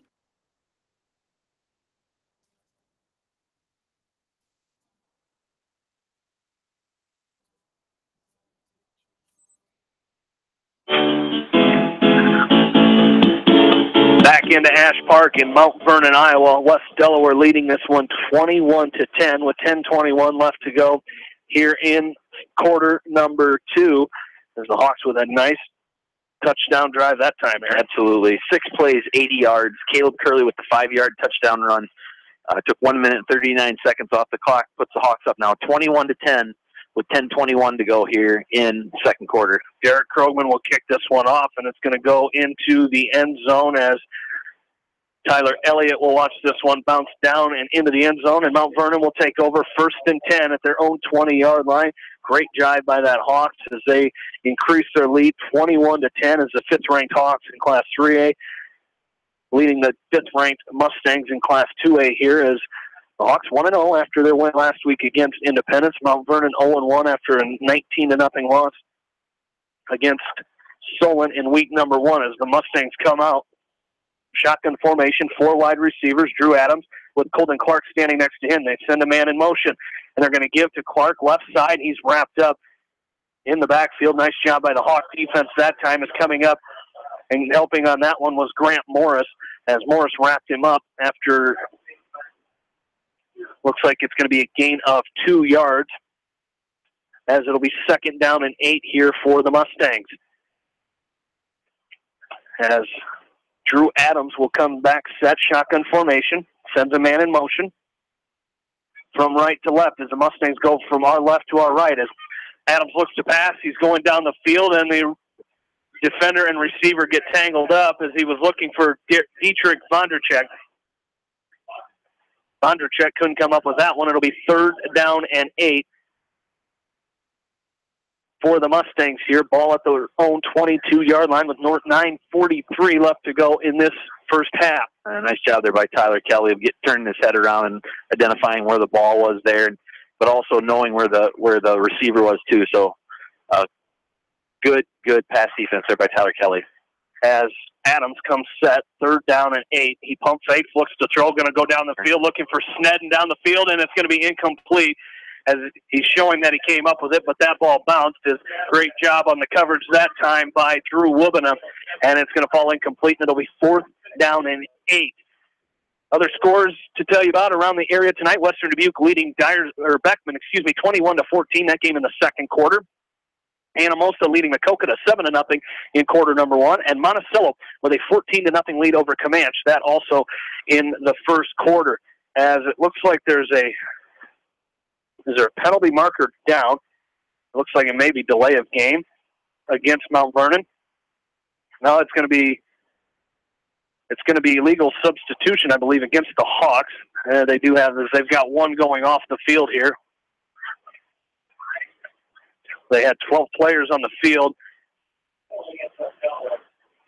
As Coach Winkowicz not very happy with that penalty. It'll be a penalty against the Hawks as their first in the special teams department here tonight, as the kick by Elliott is going to be, Hawks need to get away from that one as it's going to bounce down at the 50-yard line. Colton Clark will pick it up right at midfield, and that's where the Hawks will start 1st and 10. Don't forget, find out what all the area coaches have to say about tonight's games tomorrow morning at 9 on the Coach's Corner with Kevin Schuckman on Mix 94.7 KMCH. And, of course, after the Coach's Corner, we will join Hawkeye pregame show in progress, as that also starts at 9 o'clock tomorrow morning for that 11 o'clock kickoff as the Hawkeyes opening their season at home against the Wyoming Cowboys. As the give here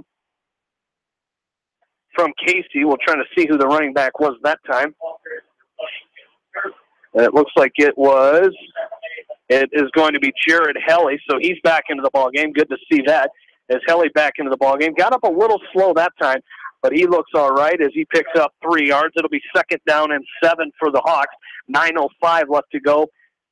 First half, 21-10. West Delaware leads it as the Hawks come set. 3 receivers to the left, 1 split out far to the right as they go right to left. As Casey looks to pass. Now he's under pressure. He's got to get rid of it. He's got one coming from behind, and he's going to carry it himself down to the 44-yard line, where he's going to be brought down by Colton Clark. Has a hard hit that time to Nick Casey. He's going to be about 5 yards short of the first down. It'll be 3rd down and 5 for the Hawks. Nice job by Nick there, kind of eluding the rush and then coming out. He took a pretty good shot there by Clark, as you mentioned, Jamie. So, but good to see him pop up there and get set here for this big 3rd down. Casey comes set, pistol formation. He looks to throw. Rolls to his right, looking down the field. And now he's going to try to step up with it, and he's going to be brought down from behind.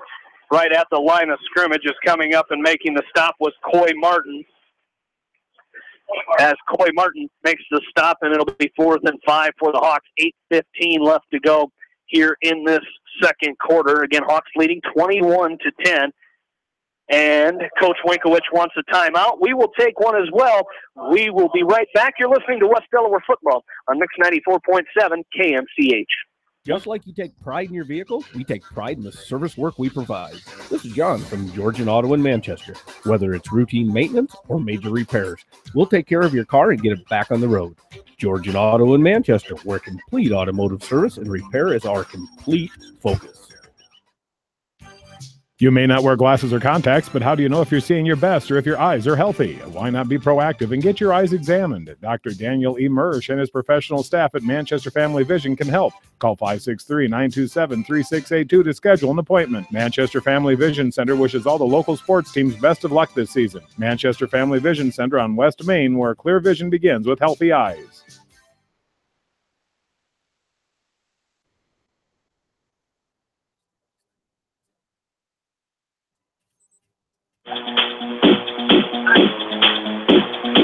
Back into Mount Vernon Ash Park, the home of the Cornell College Rams, as Nick Casey stands alone the shotgun. Now he may back up and punt this one away. He will, as it'll be a spiraling kick. It's going to bounce at the 10, and it's going to get into the end zone for a touchback. So after the timeout, the Hawks punt it away, and it'll be 1st and 10 Mount Vernon. They will take over at their own 20-yard line with 8:09 left to go in the second quarter. 21-10 Hawk lead here, as the Hawks have had scores from Cabron Cook, Tyler Kelly, and Caleb Curley in this game. So nice job so far in this first half for the Hawks. A lot of offense by both teams. I think Bill said in the first quarter between the two teams over 300 yards of offense, as Drew Adams comes set, shotgun formation. He's going to hand off on the draw to Paul Ryan, and Ryan is up the middle. He's got a good yardage there, and he's going to pick up a first down right before Derek Krogman brings him down at the 25-yard line. A gain of 15 that time by Paul Ryan, as Ryan carries for a first down for the Mustangs, and they have it 1st and 10, ball at their own 35-yard line, as Adams comes set. Sends a man in motion. They fake the handoff. They're going to run option. They pitch to Ryan in the backfield, and he's out to the right side. He's going to be hit down that time. Tyler Kelly comes up and makes the stop and that's going to be a couple yards short. It'll be about 8-yard gain that time. It'll be 2nd down and 2 for Mount Vernon, ball at their own 48-yard line. Yeah, a little option action there by the Mount Vernon Mustangs and Drew Adams there, and kind of put Harrison Goebel on an island there. Did a good job of forcing him out of bounds. They send Baker in motion. They hand off to the motion man on the left side, and he carries forward. He's got a first down as Wobena brings him down on West Delaware's side of the 50-yard line. They have it to the Hawk 46-yard line, and that'll be a 1st and 10 for Mount Vernon. So the Mustangs putting it together a nice drive here late in the second half. 7 minutes, 40 seconds left to go, second quarter. Again, Hawks lead 21-10. Shotgun formation. 2 receivers to the left, 2 to the right. The handoff to Paul Ryan, and he's going to be met at the line by Grant Morris. Might have lost a yard that time as Morris wrapped him up. Morris, I like what he's doing there, going for the ball as well, as he met Paul Ryan and got a hold of that ball and didn't let Ryan go, and he drops him for a 1-yard loss. It'll be 2nd down and 11 at the West Delaware 47-yard line as the Mustangs quickly back to work. 2 receivers to the left, 2 to the right, as they will go shotgun and pass on 2nd and 11. They've got a man out there. It's going to be caught as it's caught by Blake Booth. Coming up and making the stop was Mitchell Mangled at the West Delaware 41-yard line. So a gain of 6 there by the Mustangs, and it'll bring up 3rd down and 5, as we've seen that matchup plenty on the wrestling mat with Paul Ryan and Mitchell Mangled. As Adams looks to throw, he's going to go down the field looking deep. He's looking for Snedden. He's at the 10, and it's going to be incomplete. Great job on the coverage that time, as coming up and making the coverage and knocking that ball away was Tyler Kelly, and it'll be 4th and 5 for the Mustangs. And again, look, a lot of fans may think that was face guarding, but that is legal now, and one of the new rules implemented by the Iowa High School Athletic Association this year is you can face guard. It is legal, as the Mustangs look like they'll go for it here on 4th and 5. As no, they will not, as Adams will kind of do what the Hawks did there, and he will punt it away, and it's going to take a nice Mount Vernon bounce, and it's going to go into the end zone, a touchback, as 2 Mustangs were going after it, as it was Gearhart and Baker trying to keep that ball out of the end zone, but it rolls in, and it'll be 1st and 10, West Delaware at their own 20-yard line. That would have been a great momentum for the Mustangs, as that ball would have been down at the 1-yard line, but it goes into the end zone with 6:21 left to go in this first half, and the Hawks leading 21-10. Yeah, and for those fans, at home, it basically what West Delaware does, they put their quarterback about 8 yards behind the center, snap it back to him, and he punts it to kind of force the defense into staying on the field. The Hawks will hand off here. This is going to be Curley up the middle. He's going to carry out to about the 24-yard line, as it's going to be a gain of 4 as Paul Ryan comes up and makes the stop for the Mustangs. It'll be 2nd down and 6. I like the Hawks. Look like that running game getting going a little bit better this week than we saw last week, as we've seen some big runs and big holes opened up by that offensive line for West Delaware. 2 receivers to the right, 1 to the left, an extra man in at fullback. That's Jordan Brees. They hand off to Curley once again, right side, and he's met at the line as Colden Clark comes up and makes the stop at the line of scrimmage. And it's going to be 3rd down and 6 for the Hawks at the 24-yard line with 5:35 left to go here in this second quarter. Again, the Hawks with an 11-point lead. It's 21-10. As they will come back set, they're going to keep Brees in at that fullback position. 2 receivers to the right, 1 to the left. We didn't see a lot of this formation from the Hawks last week, but Casey will pass. Pump fake, looking down the field, holding penalty coming against the Mustang. The ball is knocked away as he was looking for Kelly down the sideline. Penalty marker came in early as Snedden grabbed a hold of Tyler Kelly, and TK got drugged down at the end as well. But it'll be against the Mustangs, I believe. Boy, and he had Tyler Kelly open on the near sideline. I've noticed Cabron Cook's got number 3, Blake Booth. They got him on Cabron Cook, and Blake Booth's 5'8", Cabron's 6'4". So Casey has his option, and Cabron is kind of out there on an island. So I think that that could be an option down the road here too for Nick Casey in this offense. So the Hawks get a 1st down off the penalty. It'll be 1st and 10 from their own 36-yard line as Casey comes set, pistol formation. They send Brees in motion. They're going to go to the right side with Curley. He barrels up the middle, and he's going to bring it out to about the 37, 38-yard line. Might be a gain of 1 or 2 on that carry by Caleb Curley, as they're going to mark him down at the 38-yard line. Mitchell Luwaji makes the stop for the Mustangs. They're going to give it at the 39, so a gain of 3 that time by Curley. 2nd down and 7 with 4:45 left to go in this second quarter. Again, Hawks leading 21-10. Pistol formation. 1 receiver to the left, 2 to the right for the Hawks. The give is fake is to Curley. Kelly's going to go down the field. He's looking for Cabron Cook down the sideline. He's got in and out of the hands. You called that matchup. Cabron Cook had Blake Booth beat down the sideline. Perfect pass right into the basket by Nick Casey, but Cabron Cook couldn't hold on, and it'll be 3rd down and 7. And if I'm the Hawks, I would not be afraid to go back to that matchup right here. Absolutely, and Cabron flat out outran Booth there, and at 6'4" with a 5'8" defender on him. I mean, that just is a recipe for success for the Hawks. So yeah, you're right, Jamie. I would maybe not this play, but look for that to come back here later on. Cook already with 2 touchdowns on the year. They're going to throw to Tyler Kelly on the sideline. He's got it for the first down right at midfield. It'll be a nice pitch and catch from Casey to Kelly as Gearhart brings him down, but it's another first down for the Hawks right at midfield. 1st and 10 at the 50 for the Hawks. 4.5 minutes left to go in this second quarter. So this drive continues this time for the Hawks. Their second first down of this drive. This time it's through the air as they come right back set. Pistol formation. 1 receiver to the right, 1 to the left. And again, one-on-one over there with Cook and Booth as this one's given up the middle. This is going to be Curley, and he gets dropped in the backfield as Coy Martin comes up and makes the stop for the Mustangs. A loss of 2 yards that time. 2-yard loss that time. It'll be 2nd down and 12 for the Hawks as they quickly come back to the line. Again, still that man-to-man coverage over there as I see Snedden over the top kind of working his way over. They pitch to Curley right side. He cuts back, and a penalty marker is down at about the 48-yard line, about the right where Harrison Goebel is standing and was covering and trying to block Coy Martin. And there is a penalty marker down. So we'll see what this is. There's 2 flags on it.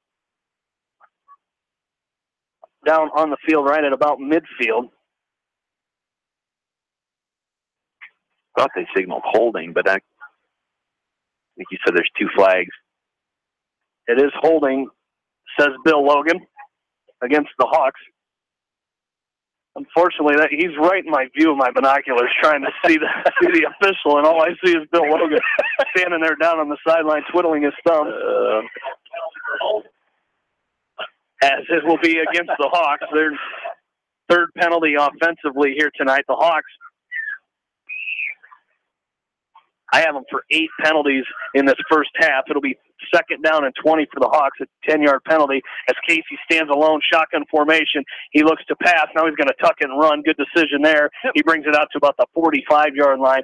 It'll be 3rd down and 15 this now for the Hawks. Make it 16. No, they're 15. They're going to mark it at the West Delaware 45-yard line. 3.5 minutes left to play in this second quarter. You and I talked, Jamie, at the break about some of the decisions Nick Casey's making, and I just, taking what the defense is giving him, not trying to make a big play every time something breaks down, and that's what you like to see out of the junior quarterback, and just making sound decisions and keeping the offense moving. 3rd and 15. Casey looks to pass. He pump fakes. Now he's going to go down to Cook, and he overshoots everybody as looking for Cook down the sideline. Blake Booth on the covers that time, and it'll be 4th and 15. Don't forget, coming up at halftime, we'll hopefully catch up with West Delaware freshman head coach Bob Morris as his team victorious tonight, 47-12 as they move to 2-0 on the season. We'll also take a look at our Hawks in the NCAA segment as most of our former Hawks playing in the NCAA level will kick off tomorrow. Had Upper Iowa and Brent Lammers start their season last night with a 44-7 victory up at Minnesota Crookston. So a good game by the Peacocks last night as this Goebel punt is away, as it will be Tyler Elliott calling for the fair catch at the Mount Vernon 20-yard line, and that's where the Mustangs will start 1st and 10. Also had a game last week with Caleb Sparks and the Iowa Central Tritons. So we'll talk all about the former Hawks playing in the NCAAs tomorrow as the rest of them getting underway in the first weekend of the college football season, and then one more week and the NFL starts, and then we will be all started with football season. And for about the next 18, 19 weeks, we'll have football every weekend. 2:54 left to go in this first half, and the Hawks jump off sides there. That'll be a penalty against the defense, as I believe Justin Brown jumped a little bit early, as I believe, by my numbers, that is the 9th penalty of this first half by this Hawk team.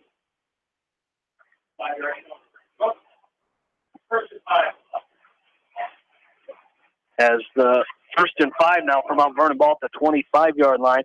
They're going to run option.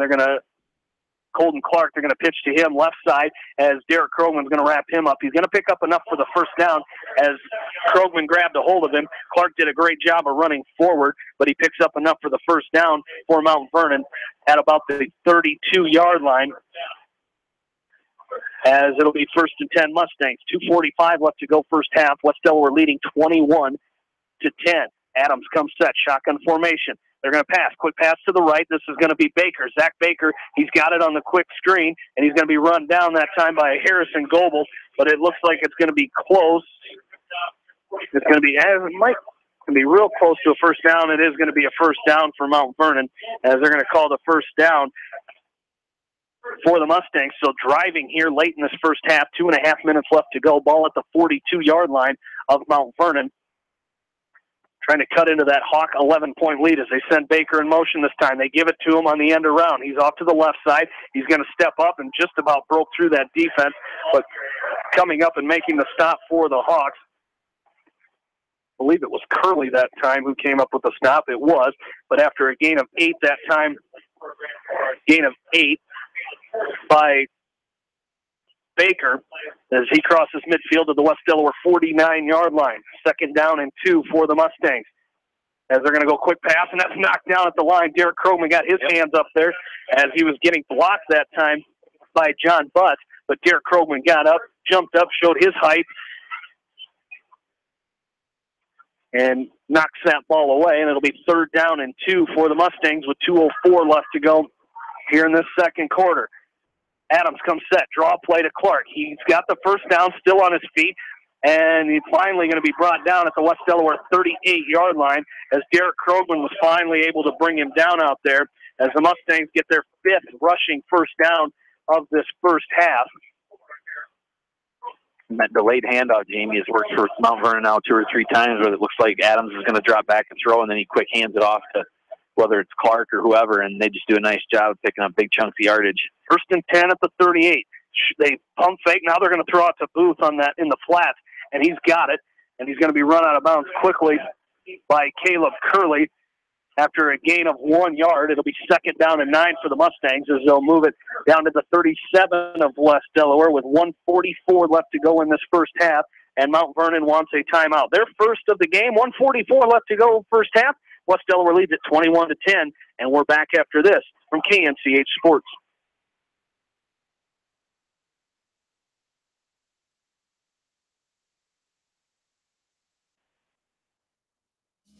Contact me, Chad Frazier, at BC Land Services in Earlville for all your maintenance projects such as tree removal and trimming, small dirt work projects, lawn seeding, and more. BC Land Services is fully insured and licensed. Contact me at 563-590-8074 or on Facebook. And best of luck to all area athletes and coaches.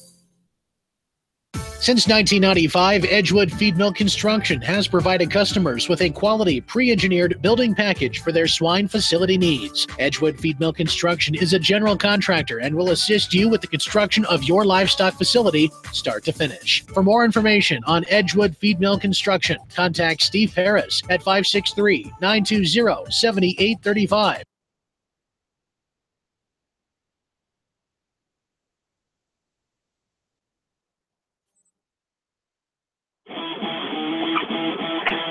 Back into Mount Vernon, Hawks lead 21-10. 1:44 left to go in this second quarter. 2nd down and 9 for the Mustangs as they have it at the West Delaware 36-yard line. They send a man in motion.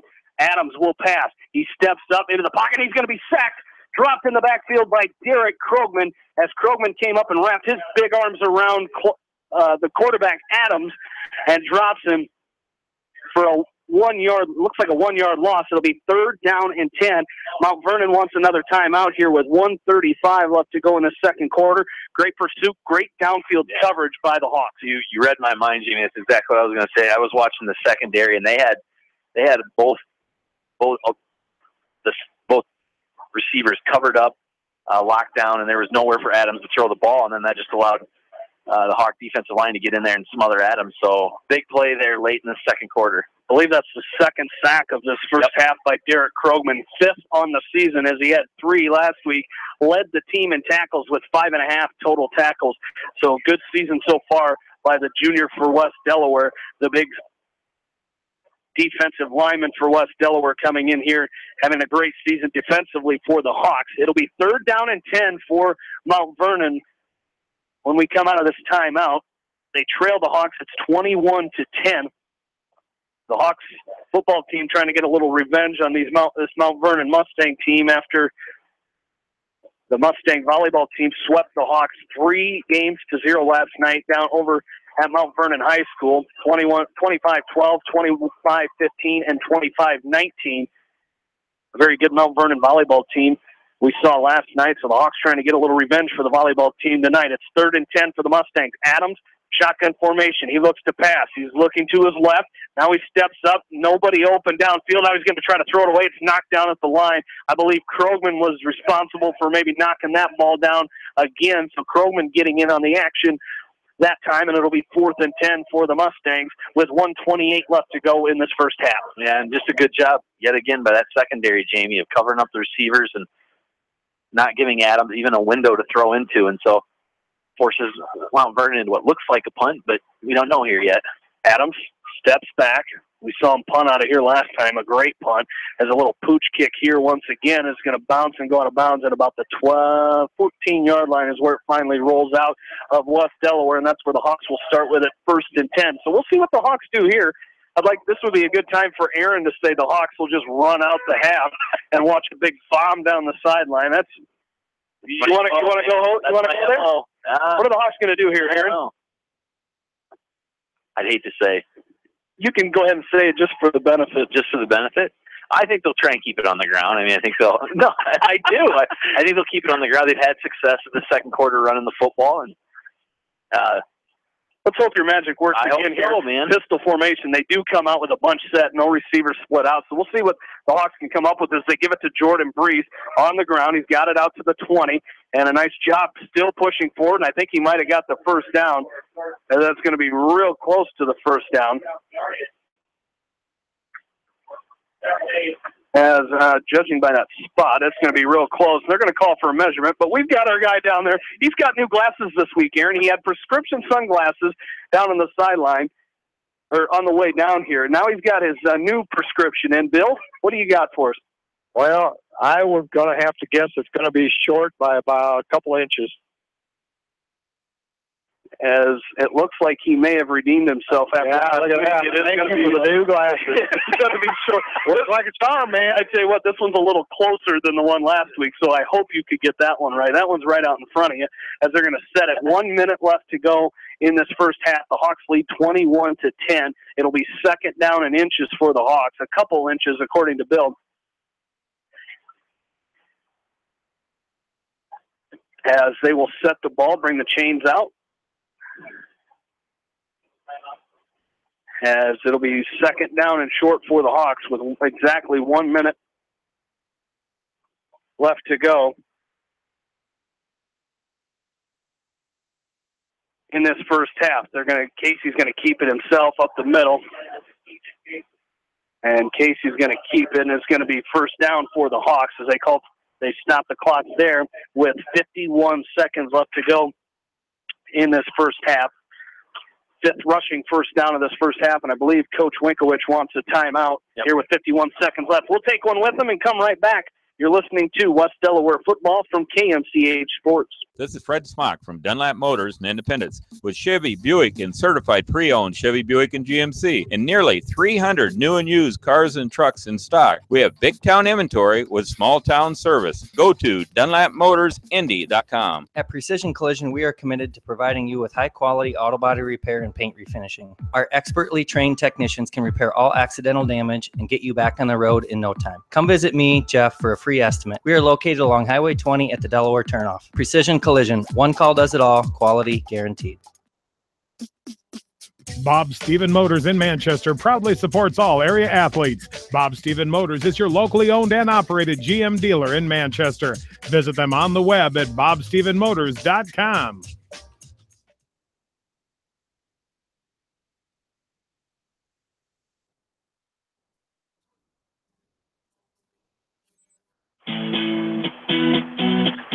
Back into Mount Vernon, 21-10, first and 10, West Delaware, as Nick Casey rolls out off of a play fake, looks to throw. Now he's going to tuck and run. He's got it at the 30, and he's going to be run down. Coy Martin runs him down from behind at about the 35-yard line, going to be about a yard short of the first down.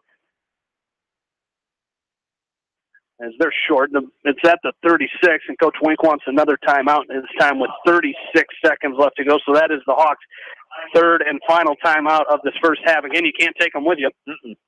So it's a timeout for the Hawks as we take a quick look. Again, coming up at halftime, we've got our Hawks in the NCAA segment. We'll talk about where all our big schools, our big three, are at this weekend. As we mentioned, the Iowa Hawkeye fans, don't forget you can catch that game tomorrow right here on KMCH starting at about 11 o'clock is the kickoff time with Dolph Eddy and the Iowa Hawkeye Radio Network. And a couple big birthdays in the Hawkeye Radio Network this week is John Swisher and Ed Podolak, both celebrating birthdays. And I believe they are exactly, I think Swish is exactly half of Eddie's age. Eddie turned 70, had a nice party for him last night. Swish attended. Swish turning 35 today. So happy birthday to those two as they will take the airwaves tomorrow at 11 o'clock with that pregame starting at 9 o'clock. We will have it in progress after the Coach's Corner with Kevin Shookman, which starts at 9 o'clock tomorrow morning right here on KMCH. Second down and 1 for the Hawks. 36 seconds left to go first half. The Hawks lead 21-10. They look like they're going to pass. Casey steps back to pass. He's going downfield. He's looking for Cabron Cook, and a one-handed interception by Cale Snedden. And I think Cabron Cook gave him a pat on the back for that interception because he went up with his right hand and brought it down one-handed and made the interception at the Mount Vernon 35-yard line, and Mount Vernon will take over first and 10. What an interception that time by Cale Snedden. Very Odell Beckhamish there. Yes, very. So the way he kind of went up with the one hand there. So great interception by Snedden. Yeah, like I said, as Cook brought him down and fell on him and covered him up there, he gave him a pat on the back. I think even Cabron Cook appreciated that interception there. But it'll be at the 36-yard line is where the Mustangs will start with 30 seconds left to go in this first half as Adams, shotgun formation, one back beside him. They throw a quick pass to the left. This is Booth in the flat. He's going to run out of bounds after a gain of about 3 yards. Mitchell Mangold is going to run him out of bounds at the 39-yard line, a 3-yard gain for the Mustangs there. It'll be second down and 7 as Booth did get out of bounds. So the clock will stop with 26 seconds left to go in this second quarter. Adams, once again, shotgun formation, looks to pass. He's looking to his right. He's going to be sacked, wrapped up in the backfield, as it's going to be Jordan Brees who brings him down back at the 36-yard line, back to the original line of scrimmage. And Mount Vernon wants a timeout now with 21 seconds left to go in this first half. Great job again. Coverage sack that time by the Hawk defense. Absolutely. And I noticed earlier in the quarter, Jamie, that they were double teaming Jordan Brees. So he's commanding some attention there by that Mount Vernon offensive line, and just a good job there of bursting through there and dropping Adams for the sack and forcing a third and long here, 3rd and 10 with 21 seconds to go. 3rd and 10 for the Mustangs as they're trying to put something up here before we go to halftime. As coming up at halftime again, talk with Coach West Delaware freshman head coach Bob Morris. We'll take a look at the area scoreboard tonight as a lot of our games moving along rather quickly as our area online and playback game of the week already in the 4th quarter up in Arlington. You can catch that game right now on KMCH.com or stay tuned after our contest here with Kevin Shookman and Tom King with the call of that one from Arlington tonight. Mustangs out of the timeout. It's third down and 10. They have it at their own 36-yard line with 21 seconds remaining in this first half. Hawks leading 21-10. Adams rolls to his right. He's looking to throw. He's going to throw a short pass at about the 44-yard line. It's going to be a couple yards short of the first down. Another nice catch that time by Cale Snedden. He's got it at the 45-yard line. It'll be fourth down and 1 for the Mustangs as he got down. I believe he got out of bounds. Yes, he did, out of bounds. So the clock stops with 16 seconds left to go in this first half as the Mustangs appear to go for it here as Adams will come set shotgun formation. And now a penalty marker is down. Illegal procedure against the Mustangs. So their third offensive penalty of this first half, and that'll back them up 5 yards. It'll be fourth down and 6 now for Mount Vernon. So now we'll see if they punt it away here as now Adams about 7 yards deep behind center shotgun formation, and it looks like the Hawks will send a man back. This is going to be Cook, but it's going to bounce down at the 32-yard line. Nice punting tonight by Drew Adams as this one's going to be down, and they're going to stop it with 2 seconds left at the West Delaware 16-yard line, and the Hawks will have it first and 10, which is 2 seconds left to go. 2 seconds left in this first half.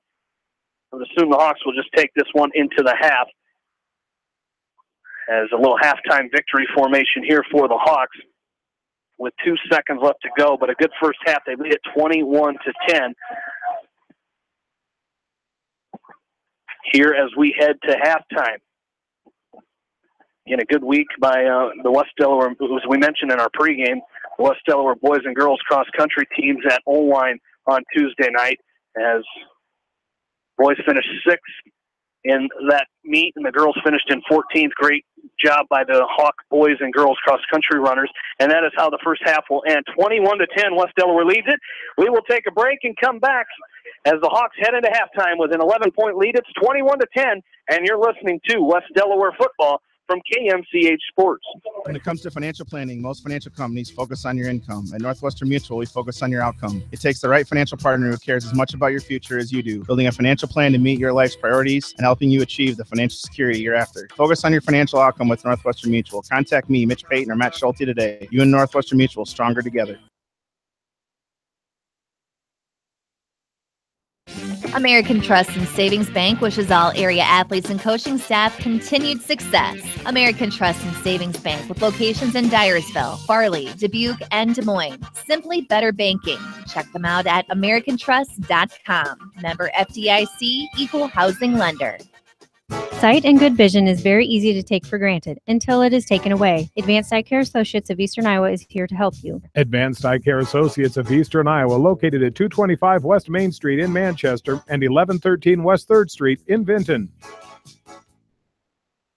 This is Phil from Gateway Appliance in Manchester. When you need service, call us. If it's time for a new appliance, we have the selection you're looking for. Gateway Appliance Sales and Service, 111 West Main Street in Manchester. Or find us online at gateway.biz. That's G, the number 8, WAY.biz, and on Facebook.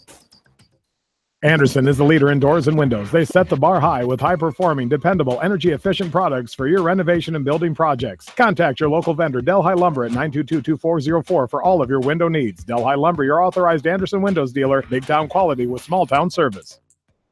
This is Dr. Tim Collier from Dental Associates of Manchester. We take pride in the environment we provide our patients with a caring attitude and unsurpassed comfort. For the kind, compassionate, and competent dental care you deserve, call us at 927-GRIN. Dental Associates of Manchester, creating healthy smiles for life.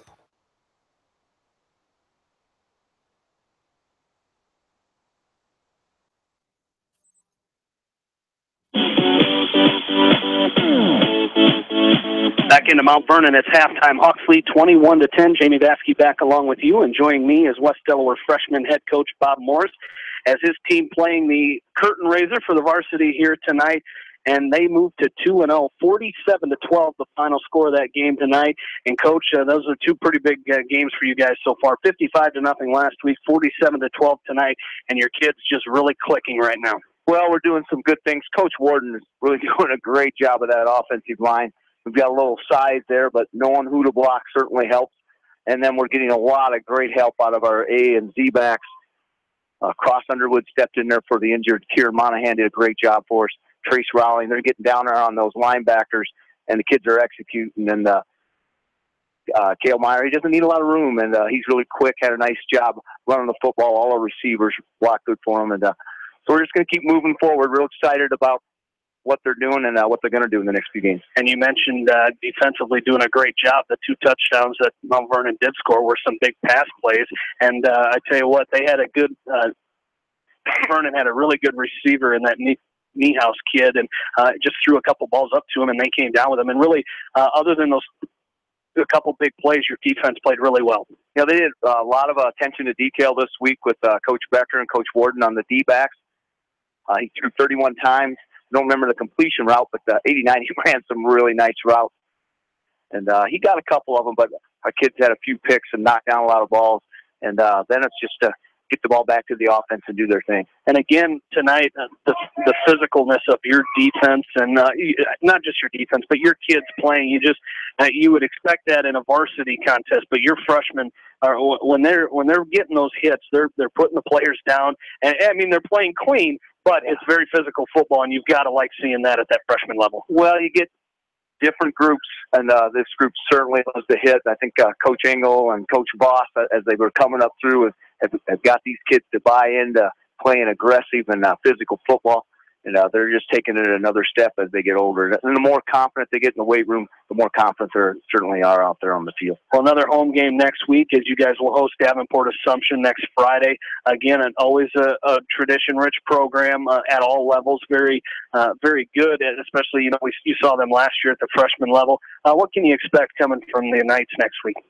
Well, they've got a lot of good athletes. They'll certainly have some speed. A lot of the groups we play don't have a full freshman team, so we'll see a few sophomores in there. But the guys are certainly ready to play. We practice at that level with our sophomores, so we keep the guys out there getting ready physically, and they won't be intimidated. They'll certainly be ready to play. So we're excited. It's a home game, so things will go good. Hopefully things will slow down for me a little bit. I was able to have the day off. Spent the day with my daughter. With the 2 new grandbabies. We have 2 twins. She has twins. So we did that. And then my youngest boy gets married tomorrow. Something going on tomorrow? Brock is marrying Dara Schrader. Their parents, Todd and Shelley. Real excited about that. So we'll get through that. And so a lot of things going on. And then the football game. Coach Warden's been real helpful this week with everything going on. So my wife, Susan, very busy with Annette Harbaugh, getting the meal ready to go. And everyone's doing their part. And I think the boys did their part. They went golfing. So, hey, you know what? Everybody's busy. What else could you do on the day before a wedding besides go golfing? But I tell you what, it's a fun time. That time goes very fast, and I wish you guys the best of luck. And of course, Brock and Darius as well. And a lot of weddings in town tomorrow. Yeah, I believe Ben Lechtenberg's getting married tomorrow.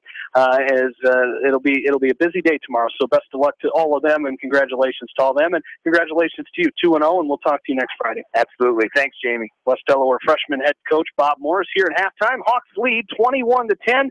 We'll be back with our Hawks in the NCAA segment right after this. You're listening to it on Mix 94.7 KMCH. Supercenter in Manchester has quality pre-owned vehicles, great financing options, a full-service department, body shop, and detail department. See their full line of vehicles online at jsautosales.net. That's Jay's Auto. Customer satisfaction is their #1 priority. Jay's Auto! Hi, this is Jamie Baskey at Don & Walt LLC, your independent Lennox dealer in Manchester, encouraging you to plan ahead. Have us check your heating or air conditioning unit before you need it. For residential or commercial plumbing and heating needs and top quality Lennox furnaces and heating units, see Don & Walt LLC on East Main Street in Manchester, or give us a call at 927-2232. Family fun and great food await you at Lightning Lanes Family Center and Captain and Tennille's Sports Bar. Come out for a fun night of bowling or watch the big game on their 10-foot HD big screen. And of course, great food and your favorite beverages. Lightning Lanes Family Center and Captain and Tennille's Sports Bar on East Main in Manchester. Farmers Savings Bank proudly supports all area athletes and their coaching staff. For all your banking needs, visit them in Colesburg, Elkhart Garber, Strawberry Point, Arlington, and Aurora, or online at farmersavingsbank.com. Member FDIC. Your headquarters for all your seed, chemical, and fertilizer needs. They have professional service and quality products needed to bring the best crop to market. Via Field, providing growth opportunity for 18 locations across northern Iowa and southern Minnesota. The Eastern Iowa Shopping News and the Dyersville Commercial recognize the hard work and dedication of all area athletes. Check out the weekly sports section in the commercial for scores and information. The Eastern Iowa Shopping News and Dyersville Commercial, supporting your communities. For fan food, not fast food, visit your after-the-game headquarters, Manchester Dairy Queen. It's quick, it's easy, your family will love it. Manchester Dairy Queen.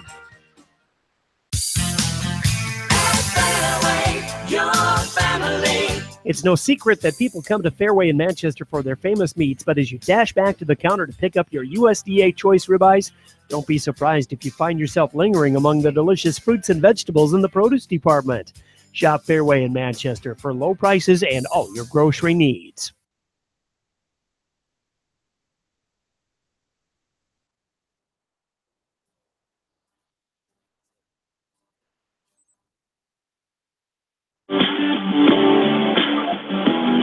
Back into Mount Vernon, Ash Park, the site of this Week 2 matchup between West Delaware and Mount Vernon. Hawks currently lead this one at halftime, 21-10, as we now take a look at our Hawks in the NCAAs, as the NCAA football season officially kicking off last night. Of course, we mentioned Caleb Sparks and the Iowa Central Tritons playing last week.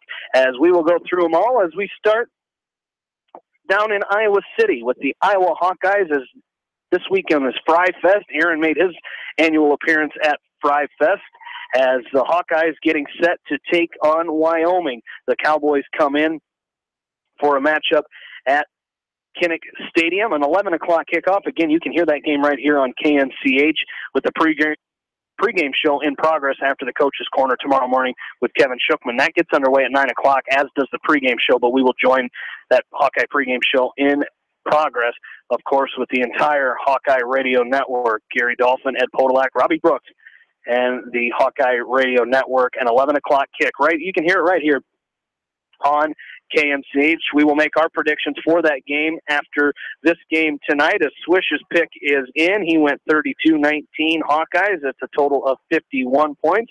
We'll let Bill go second, and then Aaron and I will round it off. I'll let Aaron go after that, and then I'll just box everybody in and try to mess it all up. So we will do that after our contest here tonight. As a big matchup in Ames tomorrow as well. A 7 o'clock kick as the Iowa State Cyclones. They have a former Hawk on their roster as freshman and 2017 West Delaware graduate John Nagel.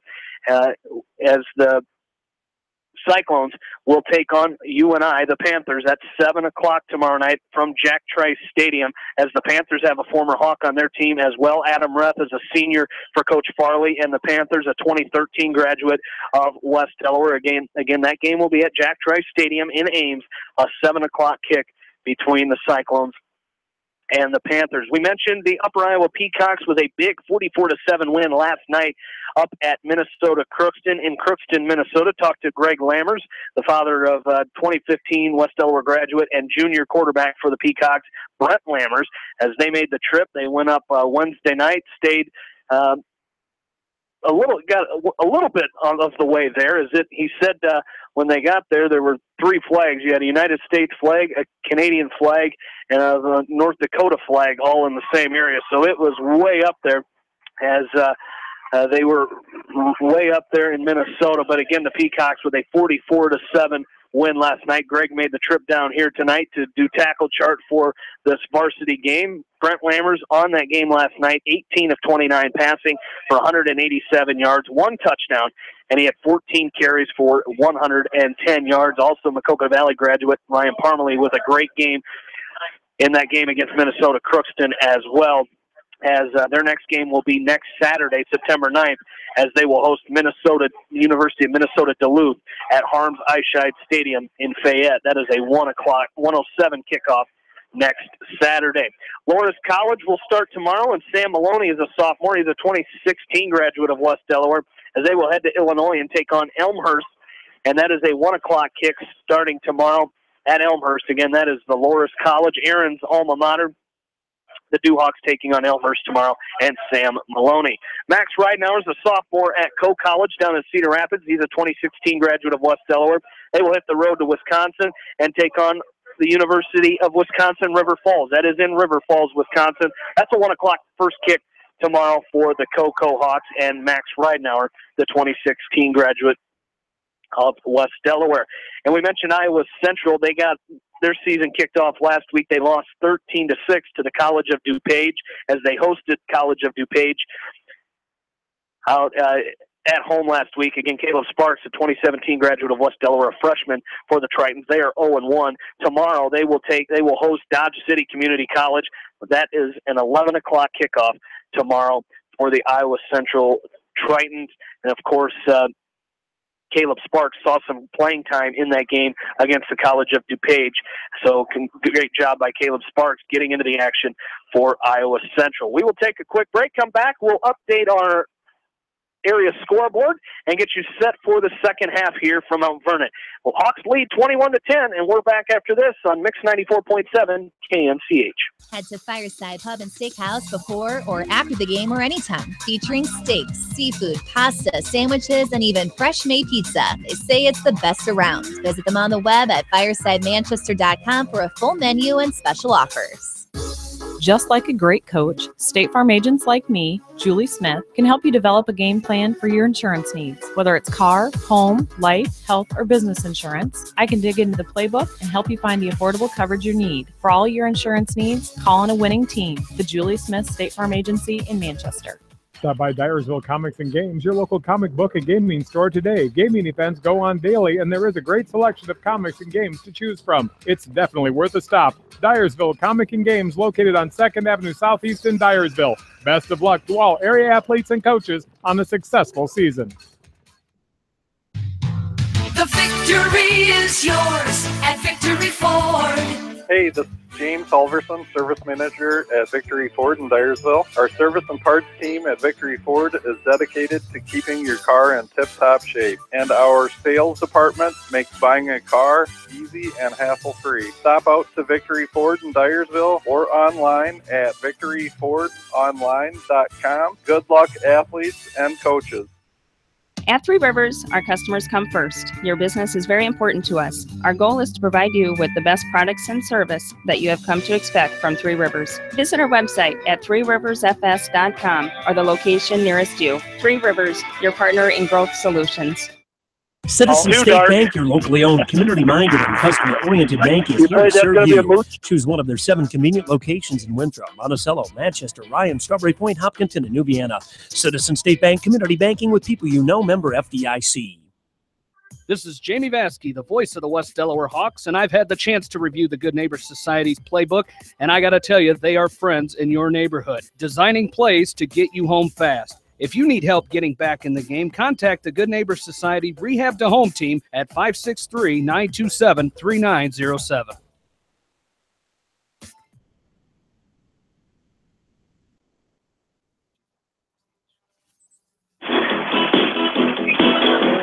And back into Mount Vernon, Hawks lead 21-10 here at halftime as we take a look at our area scoreboard here tonight.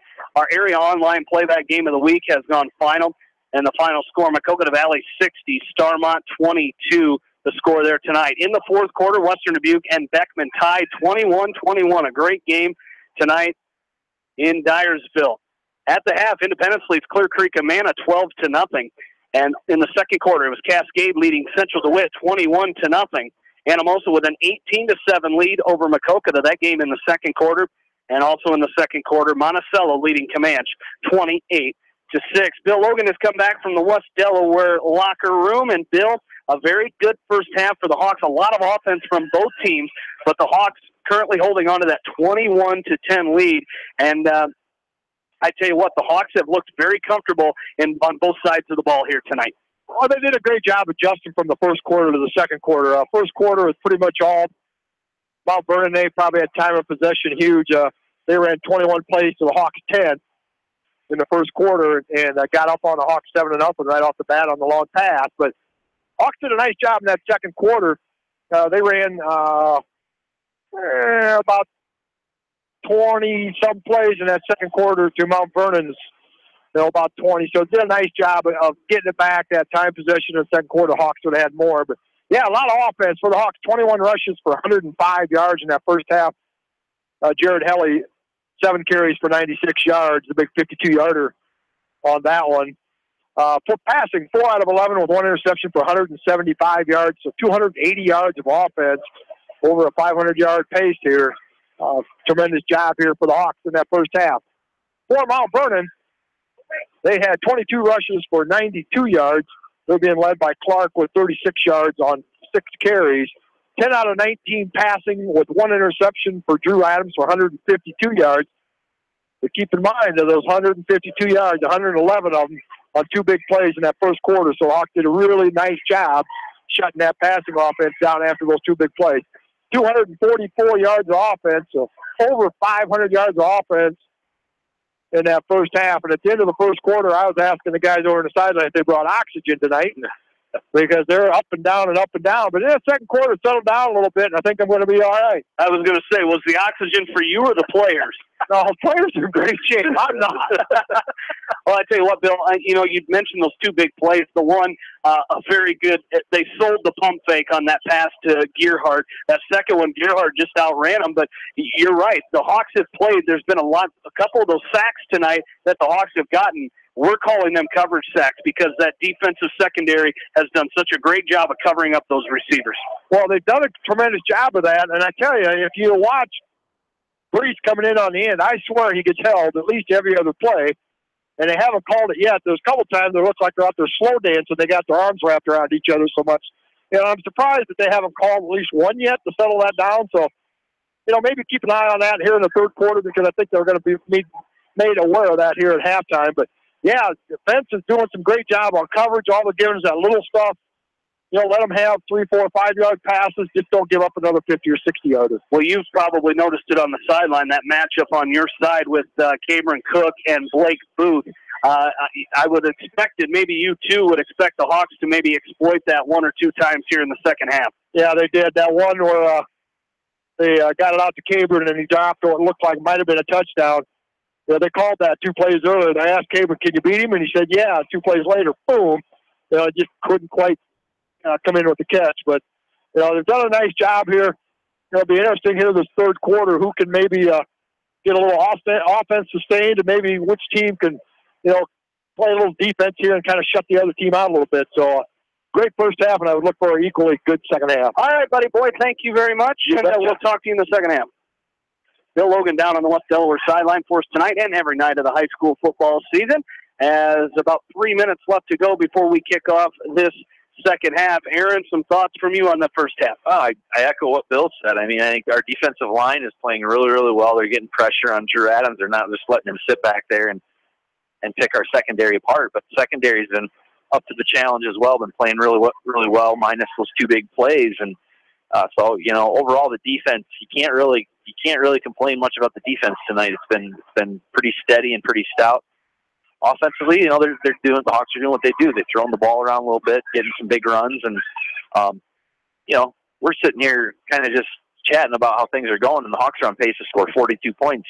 So much like last year's game, 46-20. So this is kind of, in terms of score, it's kind of echoing last year's contest between the Hawks and the Mustangs. So we'll see. Hopefully the Hawks make those typical halftime adjustments that they do and come out here and, like Bill said, kind of set the tone, play some defense, run the football, and hopefully Hawks can come out of here with a victory. Mount Vernon will get the ball to start the second half. We'll take one more break and bring you back for the start of the second half. You're listening to it right here on Mix 94.7 KMCH. The Edgewood Reminder is proud to support all the area teams in athletic action and appreciates their efforts in the classroom and during sports. Check out all the sports photos in each week's issue of the Edgewood Reminder. TriVet Associates is a mixed animal veterinary clinic with offices in Farley, Dyersville, and Holy Cross. Our 8 doctors serve the Dubuque, Manchester, Guttenberg, and Cascade areas and provide veterinary services to both large and small animals. For more information, find us on Facebook or visit our website, trivetinc.com.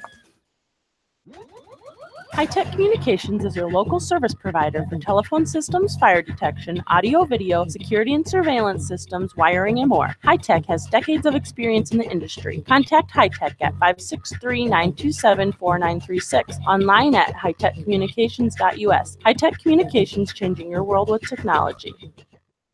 Are you looking for great food and a unique atmosphere? Then make Okoboji Grill your next lunch or dinner destination, or enjoy 2-for-1 happy hour every Monday through Thursday from 4 until 6 p.m. That's Okoboji Grill, 1749 Golf Course Boulevard in Independence. Okoboji Grill, where good friends meet.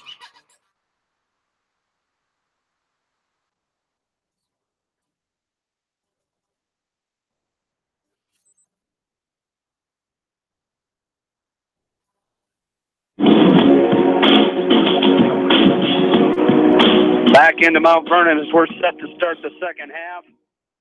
Hawks leading 21-10, and they will kick off to start this second half as Derek Krogman will kick this thing off for the Hawks.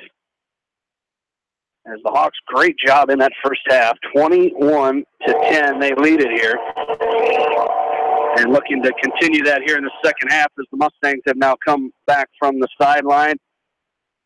It looks like we're about ready to go to kick off this second half of action here tonight. Again, 21-10, Hawks lead after they've had touchdowns tonight from 3 different players, as Cabron Cook scored on a touchdown pass from Nick Casey, Tyler Kelly doing the same, and then Caleb Curley ran one in for the Hawks from about 5 yards out. As Krogman's kick is going to go out of bounds. It'll be a penalty against the Hawks.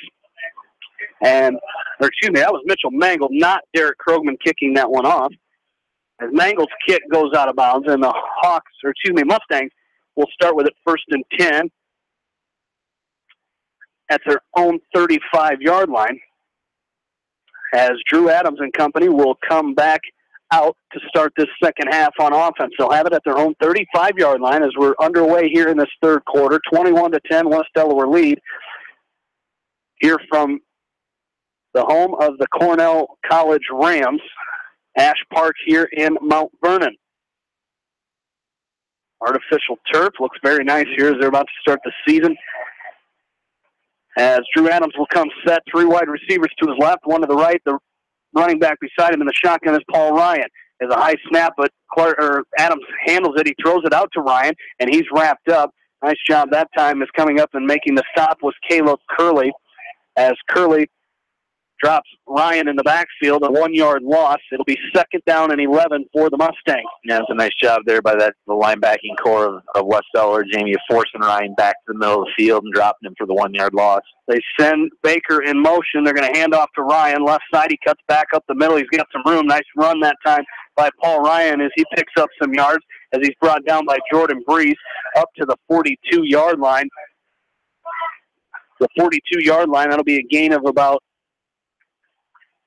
7 yards there. It'll be 8 yards that time. It'll be 3rd down and 3 for the Mustangs. 2 receivers split out each way for Mount Vernon. Drew Adams, senior quarterback, shotgun formation as he takes a snap. A draw this time to Ryan, and he fumbles it. Ball's on the ground, and the Hawks have it. Grant Morris falls on the fumble as it was a draw play designed to go to Paul Ryan, and Adams and Ryan getting together now.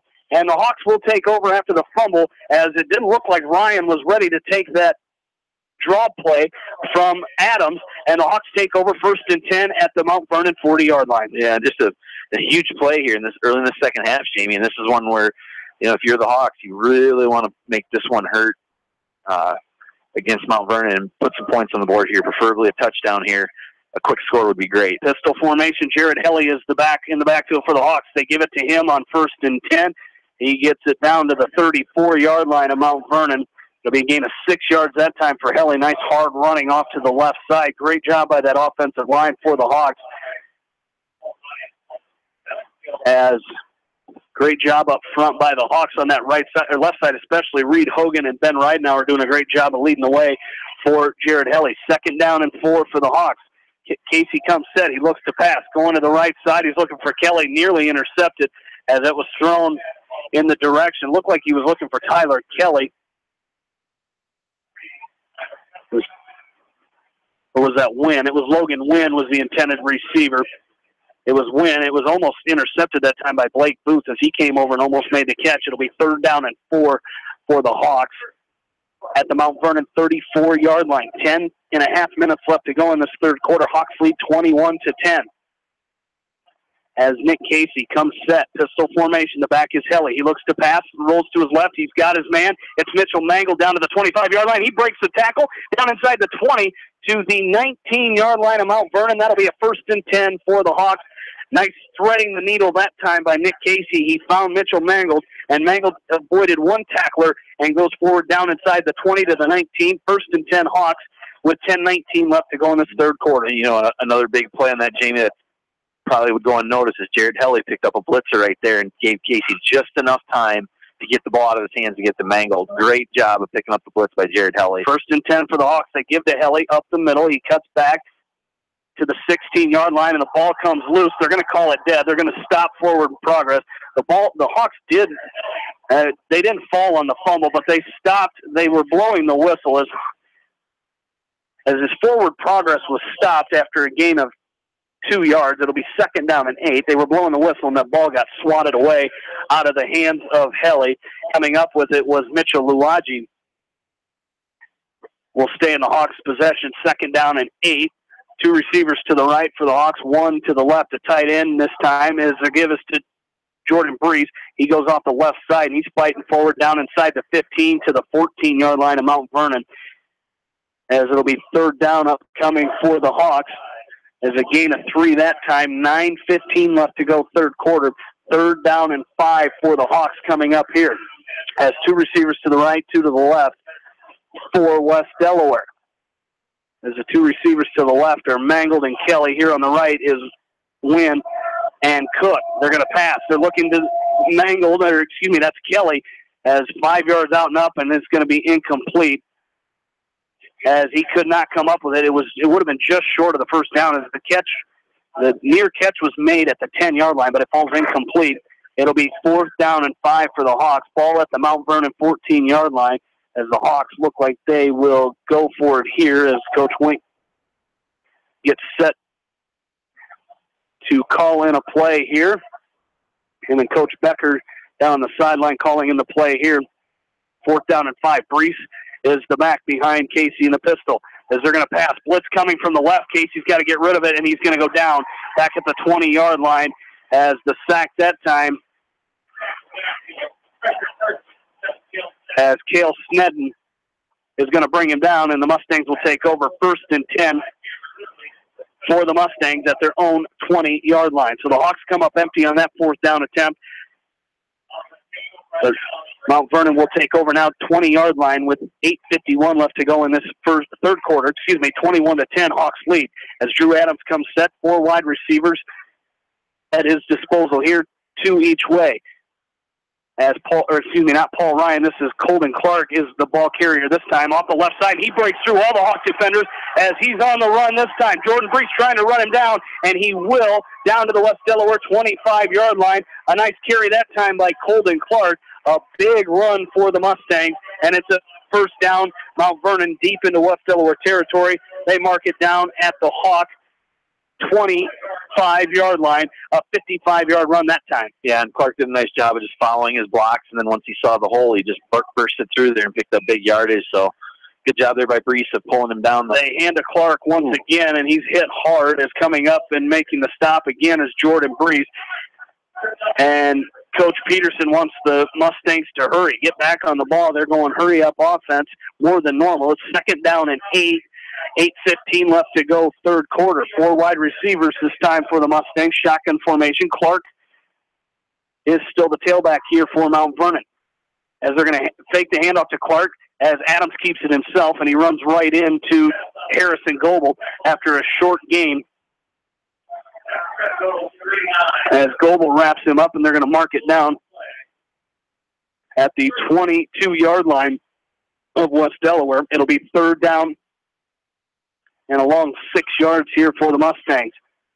As Adams comes set, quick pass right side. This is going to be to Baker. Zach Baker trying to get to the outside. He does. He's got the first down. He's down the sideline. Finally pushed out by Grant Morris, but it's going to be a first down and first and goal as he's pushed out of bounds at the 9-yard line of West Delaware. It'll be first and goal, Mount Vernon at the West Delaware 9 with 7:36 left to go here in this third quarter. Hawks leading 21-10, but Mount Vernon threatening here as they quickly go back on offense. They send Baker in motion.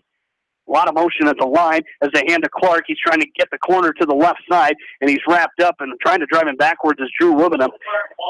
As Wibbenham brings him down, as he's right around the 5-yard line. They put it right at about the 5.5-yard line.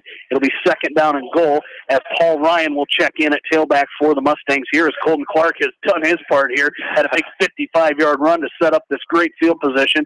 There's a penalty marker down on the field. They are talking to the Hawk defense as our referee will come over, and it's going to be holding against Mount Vernon. The Hawks will accept that penalty, so it'll be first and goal. First and goal for the Mustangs back at their own at the Hawk 20-yard line. So 7:24 left to go, third quarter. And Hawks leading 21-10. Adams comes set, shotgun formation. He looks to pass, looking to his left. Now he stops. He's going to take off, run a little bit. Now he throws it into the end zone, looking for Booth in the end zone, and it's incomplete. Broken up out there. Broken up by Mitchell Mangold, and it'll be second down and goal now for the Mustangs. Again, great defense that time by Mangold. He did a great job. Mangold did a great job there, Jamie. He's just timing it. Right when the ball hit the receiver's hands, he hit the receiver's wrists or hands there and popped the ball loose. So nice job there by Mitchell Mangold of kind of recovering and breaking up the pass. Second and goal for the Mustangs. They're going to run a draw play to Paul Ryan. It's going to be the Hawks sniff that one out, and Derek Krogman and Grant Morris will combine on the stop of Paul Ryan that time as he carries it down inside the 20 to the 18-yard line of West Delaware. It'll be third and goal Mustangs at the West Delaware 18. 6:50 left to go, third quarter. And the Hawks with a 21-10 lead. Three receivers, trips to the right for the Mustangs, one receiver to the left is Gearhart. Got to watch him. He's got some height and some speed as Adams looks to pass. Now he steps up, still looking to throw. He throws it into the end zone, and Snedden broken up that time as Drew Wibbenham got in there and broke that pass up as they were looking for Snedden in the end zone. It's incomplete, and it'll be fourth and goal now for the Mustangs. Yeah, and very similar to Mitchell Mangold. Nice job by Wibbenham going in there and hitting, knocking the ball loose right as it's going into the receiver's hand. So two really fine defensive plays there by that Hawks secondary, Jamie. Tyler Elliott on to attempt the the field goal. As it's at the 18, be about a 35-yard field goal here for Elliott. He connected from 23 yards back in the first quarter as he looks to kick this one away here. A 35-yard attempt coming for Elliott. It's long enough, and it is no good. It went wide right, and the Hawks will take over on downs here as no good on the field goal. A 35-yard attempt. Again, had the distance, but it went wide right, and the Hawks will take over first and 10. Great defensive effort there by the Hawks as Mount Vernon had the ball down at the Hawks 5-yard line. A penalty backed him up, but a great job by that secondary, breaking up a couple passes for the Hawks. Yeah, it's been the theme for tonight for the West Delaware Hawks. That defense has played really, really well. It's giving up the touchdown there early in the first quarter. They've done a nice job, even when their backs have been against the wall, against their own end zone. They've done a nice job of kind of tightening things up and coming out looking good. So hopefully this offense can get things rolling here now too. First and 10 for the Hawks. They have it at their own 20. They give us to Curley. Left side, he fights forward. He's going to pick up 4 yards to the 24-yard line. It'll be second down and 6 as there's 6:15 left to go here in this third quarter. It's 21-10. West Delaware leads it. And don't forget, had our first Hawk Talk with Coach Ferentz Wednesday night. You can catch 90 minutes of Hawk football talk with the voice of the Iowa Hawkeyes, Gary Dolphin, and Iowa head coach Kirk Ferentz every Wednesday night at 6:30 right here on KMCH. They give us to Curley once again. He goes off right guard up to the 26-yard line, a gain of 2 that time. Give him 2. It'll be third down and a long 4 yards here for the Hawks. We'll go 3rd and 5. Trips receivers to the right, one to the left for the Hawks. Casey looks to pass. He finds his man on the far sideline. I believe that's Tyler Kelly on the reception. It was Kelly on the reception. Gearhart runs him out of bounds, but it is a first down. 1st and 10, West Delaware. Ball at their own 32-yard line. Yeah, nice pitch and catch there between Casey and Tyler Kelly, and a couple of those big pass plays have created some space there for some of these receivers for the Hawks, and that's just an easy pitch and catch. This time they give to Curley, right side. He fights forward up to the 33-yard line. Picks up about a yard that time. It'll be 2nd down and 9. 5 minutes and counting here in this 3rd quarter. And a 2nd and 9 upcoming for the Hawks. Again, volleyball fans, don't miss next week's broadcast as West Delaware hits the road to take on Maquoketa.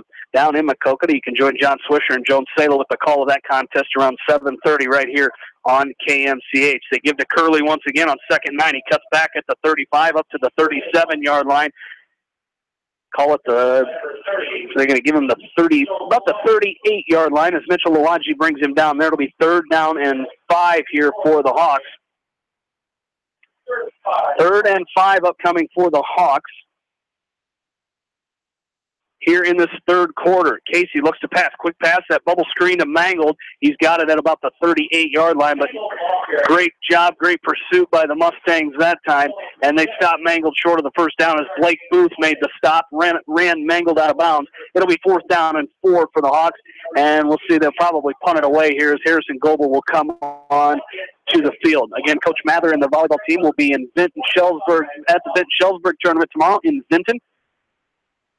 To Mount Vernon here in Mount Vernon last night, 3-0. As Goebel gets set to punt this one away. A nice high spiraling kick this time sends Snedden back to his own 10-yard line. A great punt by Goebel as Snedden fields it at his own 5, and he's going to be hit down at about the 16-yard line. A couple Hawks combine as Logan Wynn. Looked like Logan Wynn and Isaiah Himes combine on the stop that time for the Hawks, but the Mustangs will take over 1st and 10, ball at their own 17-yard line. So good defense by the Mustangs after a Hawks first down in that series.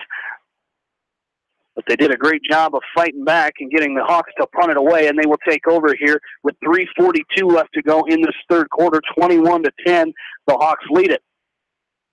As Drew Adams comes set, he sends his running back, Colton Clark, in motion from left to right. They give to Clark, left side. He finds a little bit of a seam there. Now he cuts back to the right, and he carries forward as Jordan Brees brings him down at about the 26, 27. They'll give him the 27-yard line.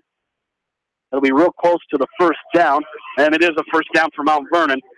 So another rushing first down that time for the Mustangs, and it's 1st and 10 at their own 27-yard line. 4 wide receivers for the Mustangs. Adams comes set, sends a man in motion. This is Baker. They hand off to Clark up the middle, and he's hit at the line of scrimmage. Coming up and making the stop was Justin Brown. Nice job there by Brownie as he comes up, makes the stop at the line of scrimmage.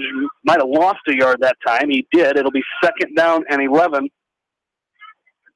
for the Mustangs as they come set shotgun formation. Again, they work very quickly, do the Mustangs, as they're going to quick pass to the right side. This is Baker. He's in the flats trying to find the edge. He's run out of bounds. Nice job there. Tyler Kelly coming off of this block as Snedden was trying to block Kelly.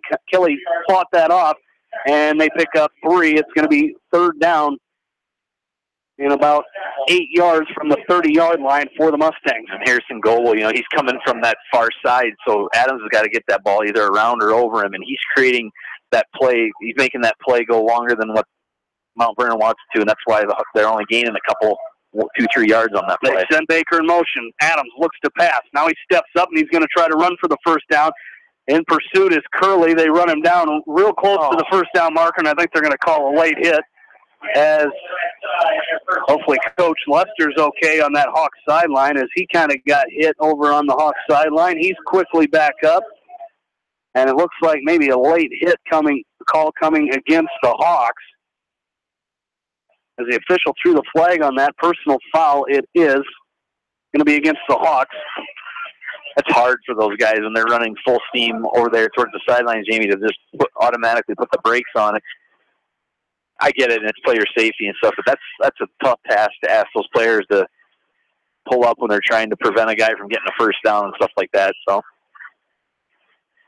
and I think, Adams was still trucking Oh, that absolutely. first down marker. Yeah. I don't think he was giving up and trying to go out of bounds. He was looking for that first down marker. But they're going to give it at the West Delaware 48-yard line, so the accepted penalty puts the Mustangs in West Delaware territory at the Hawk 48. First and 10, 2:40 left to go in this third quarter. Hawks leading 21-10. Got a little timeout here on the sideline, boys. Broke the chain. Broke the chain. So they pulled it off the post. It looks like they're going to get it here, maybe. That was one of those tough plays over here. He kind of had him wrapped up, but as the referee said, he didn't let go. He just kept a hold of him, rode him all the way out. So, it's one of those borderline calls, but, if you're a Hawks, you don't like it. But, for player safety, it's not a bad call. It's an effort penalty. You can't fault them for the effort. It looks like they've got the chain fixed. They'll come set here, shotgun formation. They send Blake Booth in motion to the Mustangs as it's going to be a draw play to Colden Clark. He's got some room up the middle, and Derek Krogman's finally going to catch him and bring him down inside the 35-yard line to the West Delaware 33-yard line. Nice carry there on that draw play to the running back, Colden Clark, and he picks up enough for the first down for the Mustangs. Another first down for them here on this drive. As shotgun formation once again, Adams looks to pass right side. He's got a man wide open. It's Snedden, and he avoids the tackle that time as Wubina finally brings him down as he ran right by Tyler Kelly, and Kelly couldn't come up with him, and it was Wubina who finally brought him down at the 10-yard line. Another first down for the Mustangs, and they have it first.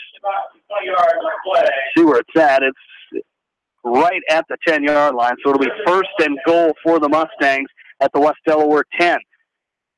As Adams comes set, hands to Clark, right side, he cuts through, and he's going to barrel in, and he's going to be dropped at about the 1.5-yard line as the Hawks finally able to bring him down out there, as I believe it was Harrison Goebel who made the stop here with 2 minutes and 10 seconds left to go in this third quarter. Again, Hawks leading 21-10. Second down and goal for the Mustangs from the Hawk 2-yard line. Adams comes set. He gives to Clark up the middle, and he goes in. Let's see what they call it. He reached late, but I think his knee was down before he reached for the goal line. So another nice stop by that Hawk defense there, and this ball is on the half-yard line.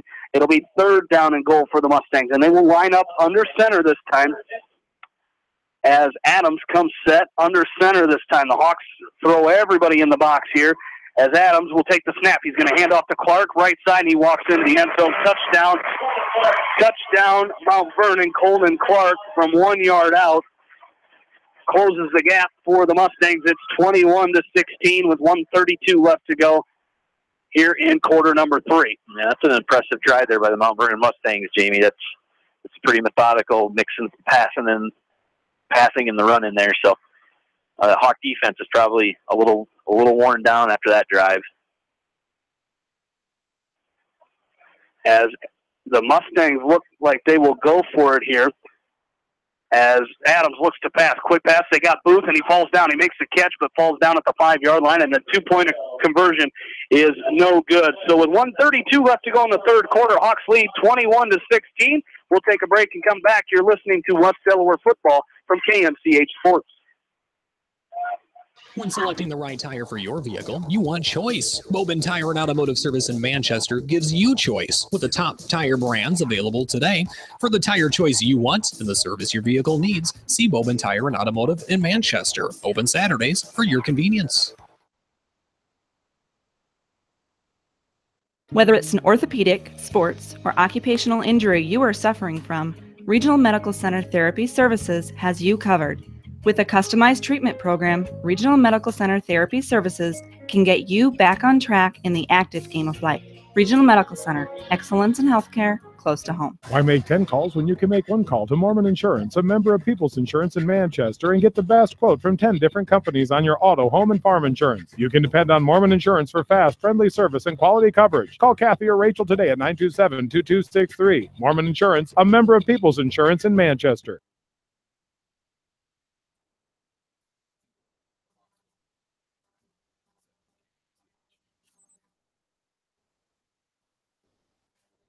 Back into Mount Vernon. This kick is away, and it's going to be fielded by Gavin Soppy. Fumbled that kickoff at about his 5-yard line. Now he recovers. He's got it out near the 18-yard line. Nice recovery by Soppy that time as he kind of muffed that kick, but he picks it up and brings it out to the 19-yard line, and that's where the Hawks will start 1st and 10. A touchdown drive, Jamie, by the Mount Vernon Mustangs. 9 plays, 83 yards. Took 2 minutes and 10 seconds off the clock. Colton Clark with the 1-yard touchdown run. They did not convert on the 2-point conversion. So with 1 minute and 23 seconds to go, the Hawks still lead 21-16. Again, this score was 14-10 after the first quarter, 21-10 at half. Now 21-16 as the give this time is to Jared Helly. He avoids a couple tacklers. He brings it out near the 24-yard line. Nice run that time by Helly. Looked like he might have been stopped right at the line of scrimmage, but he eked his way through there and brings it out to the 24-yard line. A gain of 4 yards there, 5 yards. It's going to be 2nd down and 5 for the Hawks as they come set with 3 wide receivers. The give again is to Helly. Right up the middle. He's got some room. He's out near the 30, and that's going to should be enough for a Hawks first down as he's got it out near the 30-yard line, and a first down for West Delaware. And the Hawks quickly going back to the line. They're going with that very fast-paced offense here with 51 seconds left to go in quarter number 3. They lead it 21-16. And again, they have it 1st and 10. As Casey comes set, Helly's still the back in the backfield for the Hawks. As I thought they were going to go to a quick offense, that taking some time getting the play in now, as I think Coach Wink called off his play selection and gave him a new one here as he's got 3 wide receivers for Nick Casey. Pistol formation. The give is to Helly up the middle. He gets back to the line of scrimmage, but he's going to be brought down out there that time by Zach Perry, one of the senior defensive linemen for the Mustangs.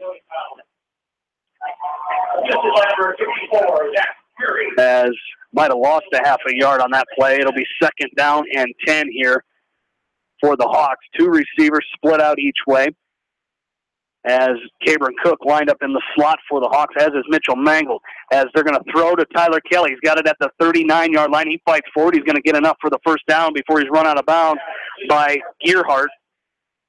Matt Gearhart, but it is good for a West Delaware first down, and they're going to give it to him at the 43-yard line, and that is going to do it for our 3rd quarter. We go to the 4th. We've got ourselves a ball game here. 21-16, West Delaware leads it. We'll bring you back for the 4th quarter right after this on Mix 94.7 KMCH. At Tauke Motors, we believe in a gentler, simpler way of doing business. Check out our large selection of new and pre-owned vehicles, as well as a great incentive at TaukeMotors.com. If you're looking for a new, pre-owned vehicle or service on your current vehicle, come to Tauke Motors, Chrysler, Jeep, Dodge, and Ram on 9th Street in Dyersville. Leonard Muller Funeral Home and Crematory wishes all the best to the athletes and appreciates their hard work and scholastic efforts throughout the year. For personal, caring service, Leonard Muller Funeral Home and Crematory in Manchester, Edgewood, and Strawberry Point. Hey KMCH listeners, GMB is proud to support our area athletes and help bring the sport to you. The GMB Bank team reminds you whatever your financial goals, we're here to help you reach them. Stop by our Manchester location or visit us online at gnbbank.com. Member FDIC.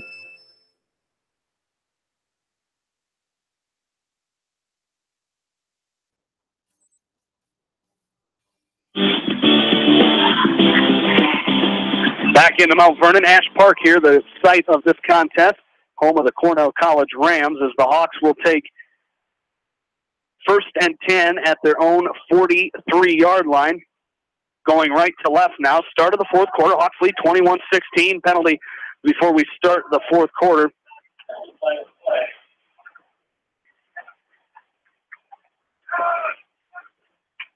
As it's going to be offsides. Nope. Check that. Illegal procedure against the Hawks. They originally showed offsides, but it is going to be penalty against the Hawks. So an illegal procedure penalty against West Delaware will now be 1st and 15 back at the 38-yard line now as we're 4th quarter. 21-16, Hawks lead it. Nick Casey, pistol formation. Behind him is Helly. He looks to pass.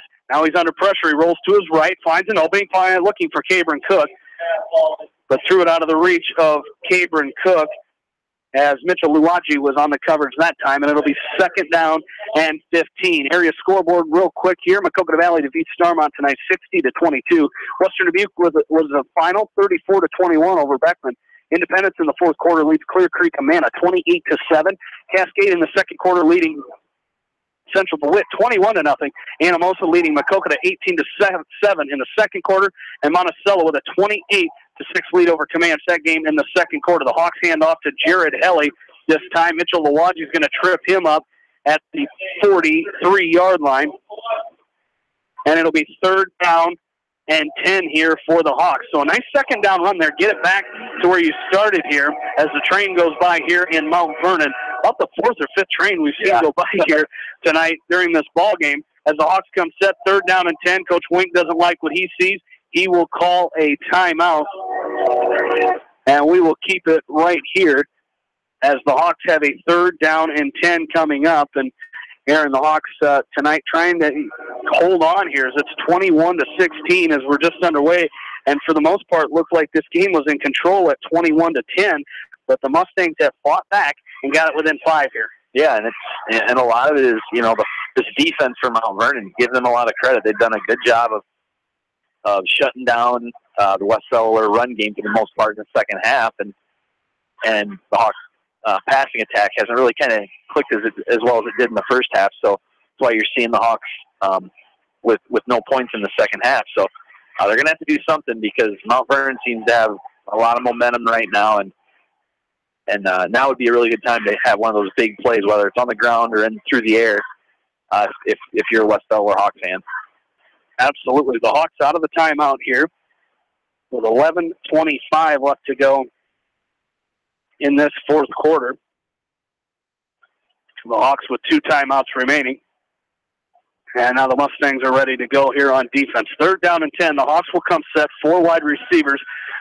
Wynn, Cook, Mangold, and Kelly are the 4 receivers for the Hawks.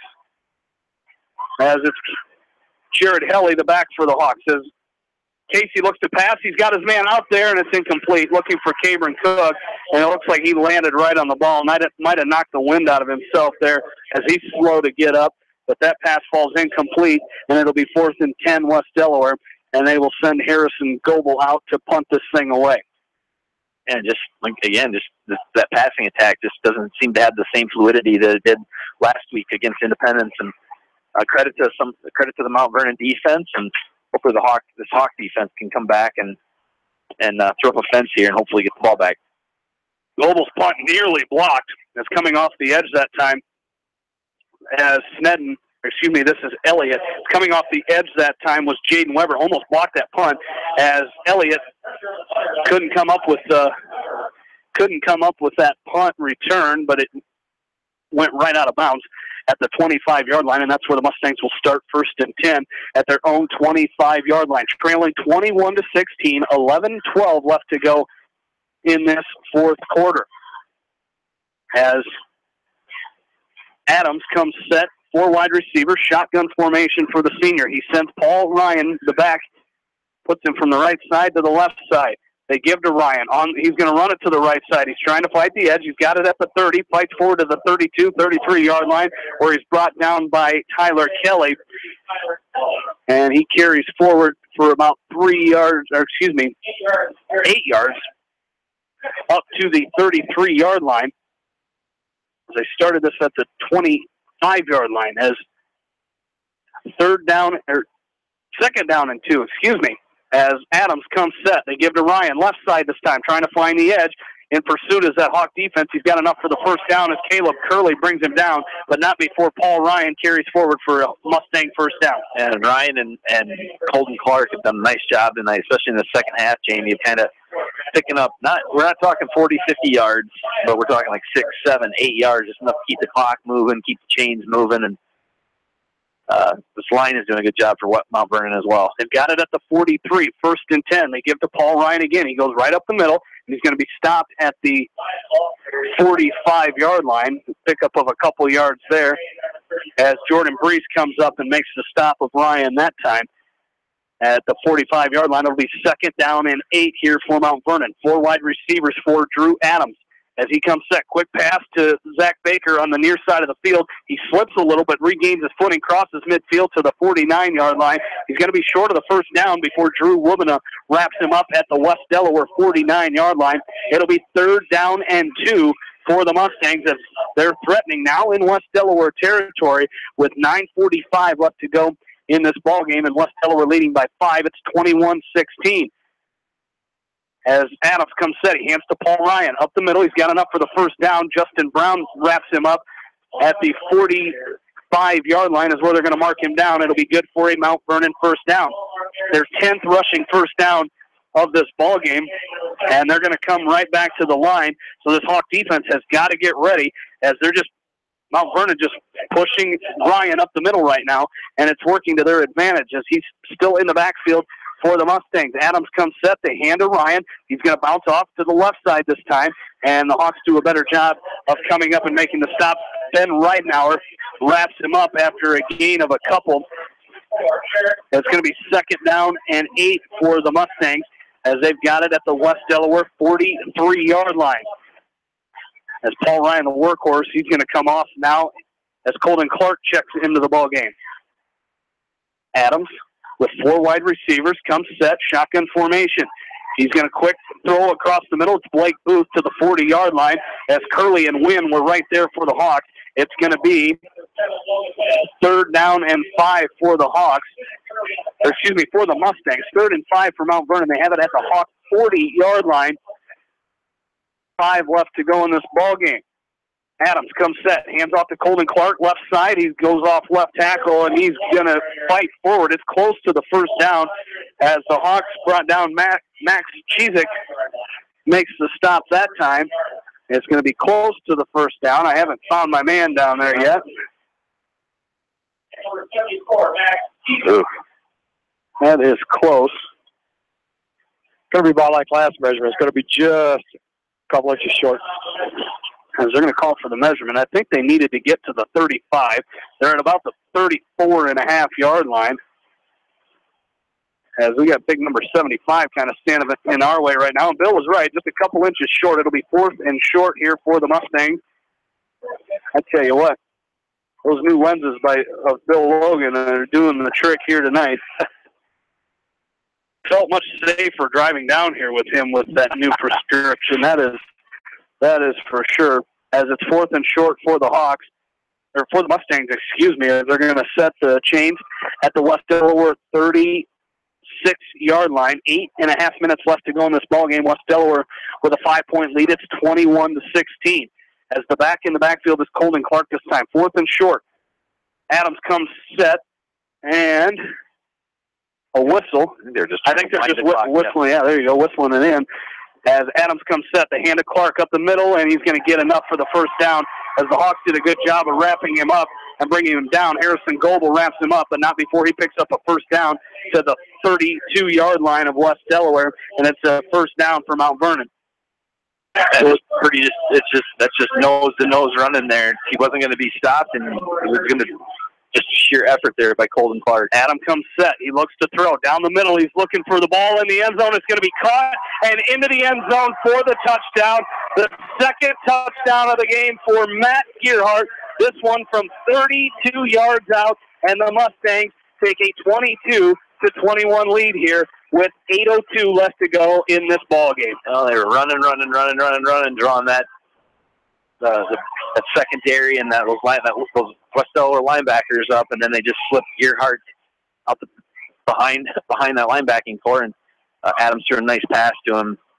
The Mustangs will go for 2 here. Once again, Colton Clark in the backfield along with Drew Adams. Shotgun formation. He looks to throw a quick pass. Now he looks to run. Throws across the middle. He's got a man wide open. It's Gearhart for the 2-point conversion, and Mount Vernon takes a 24-21 lead with 8:02 left to go in this ball game. We will take a break and come back.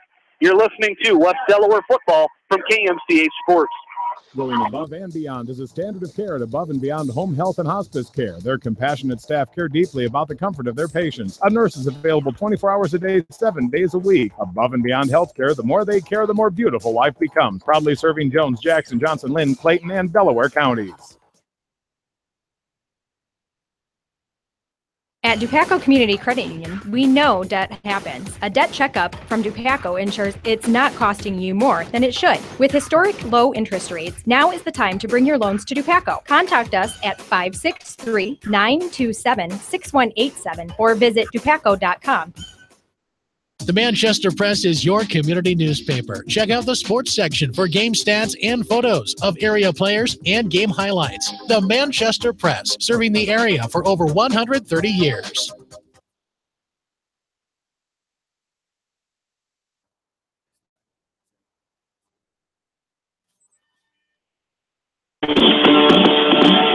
Back into Mount Vernon, the Mustangs take their second lead of the ball game here, this time with 8:02 left to go in the fourth quarter. 24-21, Mustangs lead it, and this kick is away. It's going to be taken by Gavin Soppy at his own 7-yard line as Soppy brings it out, has it at the 25, still on his feet up to the 29-yard line. Nice return there by Gavin Soppy, and the Hawks will take over 1st and 10 at their own 29-yard line. That touchdown drive, Jamie, by Mount Vernon, 9 plays, 75 yards, took 3 minutes and 10 seconds off the clock. Drew Adams and Matt Gearhart with the 32-yard touchdown pass, plus the 2-point conversion now puts Mount Vernon up 24-21. Weeks to go here in the fourth quarter. As the Hawks will come set, they're going to go with that extra back as Brees in at the fullback, and Helly is the back this time for the Hawks. Pistol formation. Low snap to give is to Helly. He's got it at the 30. He cuts outside once again around the 35. Paul Ryan's going to come up and make the stop at about the 34-yard line. Nice 5-yard gain there by Jared Helly. It should be about 2nd down and 5 as Ryan came up and made a nice stop there. But a nice first down run by Jared Helly. A pickup of 5 is 2nd down and 5 for the Hawks. At their own 34-yard line. Quickly back to work here. Brees still in at that fullback. 3 wide receivers this time for the Hawks. As Casey comes set, they give to Helly again, this time the right side. He's trying to get to the outside. 35, cuts it back at about the 38-yard line, and that's where he's going to be brought down. He's going to be just short, a couple of yards short of the first down. The Hawks need to get to the 39. They've got it marked at the 38, so it'll be 3rd down and 1 here for the Hawks, and I like what they've done. You talk about Mount Vernon, how they ran the ball in that last drive. We'll see if the Hawks can continue to do so here, as Helly has carried him 8 yards already on this drive, and they've still got Brees in at that fullback position. We'll see if they move him across the line. They do, and the snap to give to Helly, miscommunication between Helly and Casey, going to be real close. The official on the far side has it spotted for the first down. Both officials do, and it'll be a first down for West Delaware. I think they need to call for a measurement, but I think they will. It is a first down. And that's a judging on that spot. Bill, what they need to save their effort. It's a first down. That's what we thought here from that. I think a first down. Shane's going to be about in the middle of the ball. I think it was a generous spot by our officials. It was a decent spot, but it's a first down. It is a first down for the Hawks, so they'll have it 1st and 10 at their own 39-yard line. They'll be right in the middle of the ball. With 6:31 left to go. Right in the middle of the ball. 6:31 left to go in this fourth quarter. Mount Vernon leads 24-21. I tell you what, he took it personal when we made fun of him last week for going 0 for 1. Like he said, 3 for 3 tonight. He's got it dialed in tonight. He's got those go-go gadget eyes tonight. Is 1st and 10 for the Hawks. Pistol formation. Brees still in there as the fullback. 3 wide receivers this time for the Hawks. As Casey hands off again to Helly. He's got it at the 45. Fights up to the 46-yard line. Nice job there by Helly. Gains about 6 yards there. It'll be 2nd down and 4. I like what that Hawk defense is doing. You were talking in the break how the Mustangs, these players have been ball, and hopefully the Hawks can take advantage of them getting a little fatigued here in this fourth quarter. Yeah, absolutely. You know, the Hawks have the ability with their numbers to play a different offensive line than their defensive line, and whereas Mount Vernon's numbers, you know, they don't have that luxury with all their positions. So, you know, hopefully this Hawk offensive line get things rolling, work in unison together, and start chunking away some yards here. And it looks like they've been doing it with this last carry of 7 yards. 2nd down and 3 for the Hawks. The give again is to Helly. Up the middle, he fights forward. He's going to be short of the first down to about the 48-yard line as Mitchell Luwaji comes up and makes the stop for the Mustangs. As they spot this ball, see where they're going to spot it. They're going to give it right at the 48-yard line. So it'll be 3rd down and 1 here for the Hawks. and see what the Hawks go to this time. Don't forget, stay tuned after the game for the Okoboji Grill post-game show, brought to you by Okoboji Grill in Independence, where good friends meet. 3rd down and 1 for the Hawks. 5:20 left to go in this fourth quarter. They trail 20.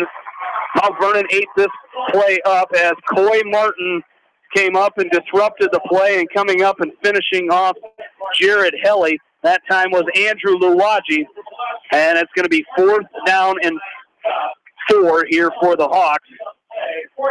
It's 4th and 4. Nice defensive stand on 3rd down by the Mustangs that time. You think maybe here, Tyler Kelly's been your go-to guy, just a little out pattern here. Hopefully, the Hawks can do something here to pick it up. They will pass as they're looking to Kelly on that out route. It's incomplete. Incomplete. They looked for Kelly as it was Snedden. Excuse me, it was not Snedden. It was Matt Gearhart. He's having a game here in this second half, especially this fourth quarter, as Gearhart knocks that ball away. He was on the coverage, and the Hawks turn it over on downs. It'll be 1st and 10, Mount Vernon at the West Delaware 45-yard line with 4:43 left to go in this ball game. Hawks trail by 3. It's 24-21. Nice defense that time by the Mustangs. We'll see what they do. Here's Paul Ryan back in at tailback for Mount Vernon as Drew Adams is the quarterback. They hand off to Ryan. Up the middle, he's tripped up. Wrapping up around the legs and bringing him down was Jordan Breeze, but he picks up 6 yards on that play. It'll be 2nd down and 4 down to the West Delaware 39-yard line. And now Paul Ryan checks out. Colton Clark comes into the game at tailback. Is Mount Vernon on the move? I think the coaching staff for Mount Vernon wants them to slow it down just a little bit. As Adams comes set, they send a man in motion. They give it to Clark up the middle. He's wrapped up, and he's going to keep driving forward as Ridenauer and Goebel combine on the stop at the 36-yard line. It's going to be a yard short of the first down. It'll be 3rd down and 1 for Mount Vernon.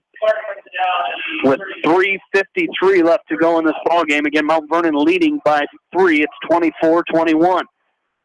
Adams, shotgun formation. Beside him in the shotgun is Clark.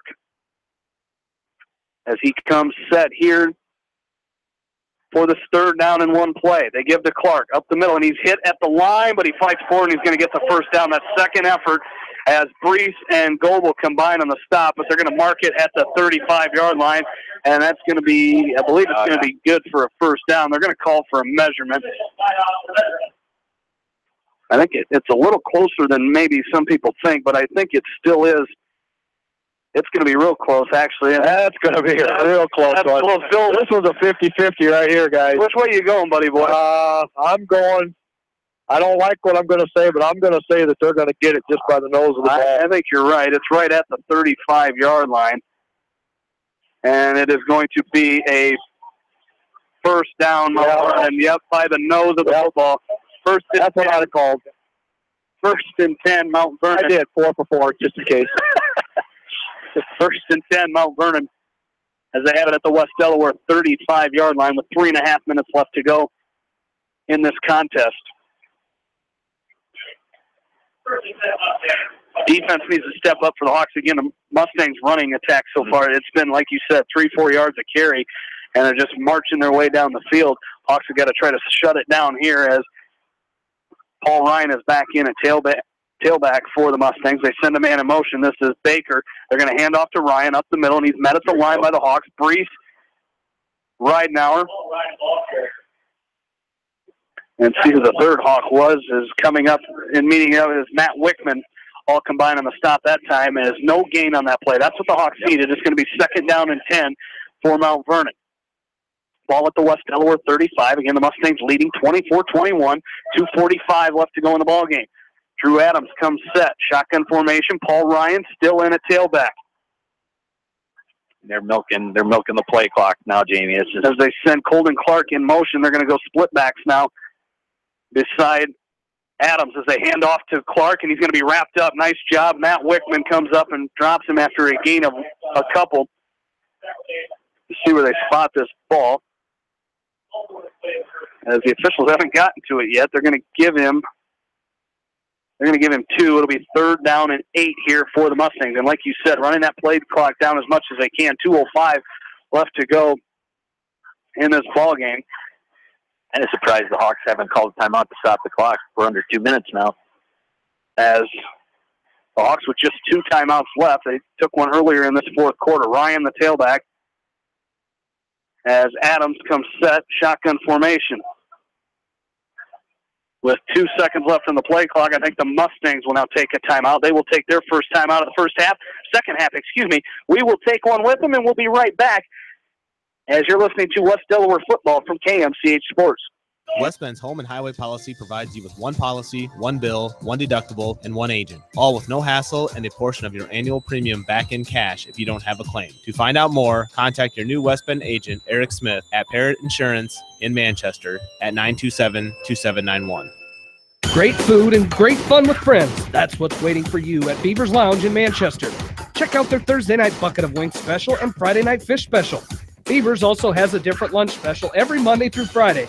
Beaver's Lounge on the corner of Main and Madison in downtown Manchester. Leave it to Beaver's to show you a good time.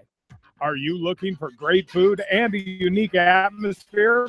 Then make Okoboji Grill your next lunch or dinner destination, or enjoy 2-for-1 happy hour every Monday through Thursday from 4 until 6 p.m. That's Okoboji Grill, 1749 Golf Course Boulevard in Independence. Okoboji Grill, where good friends meet.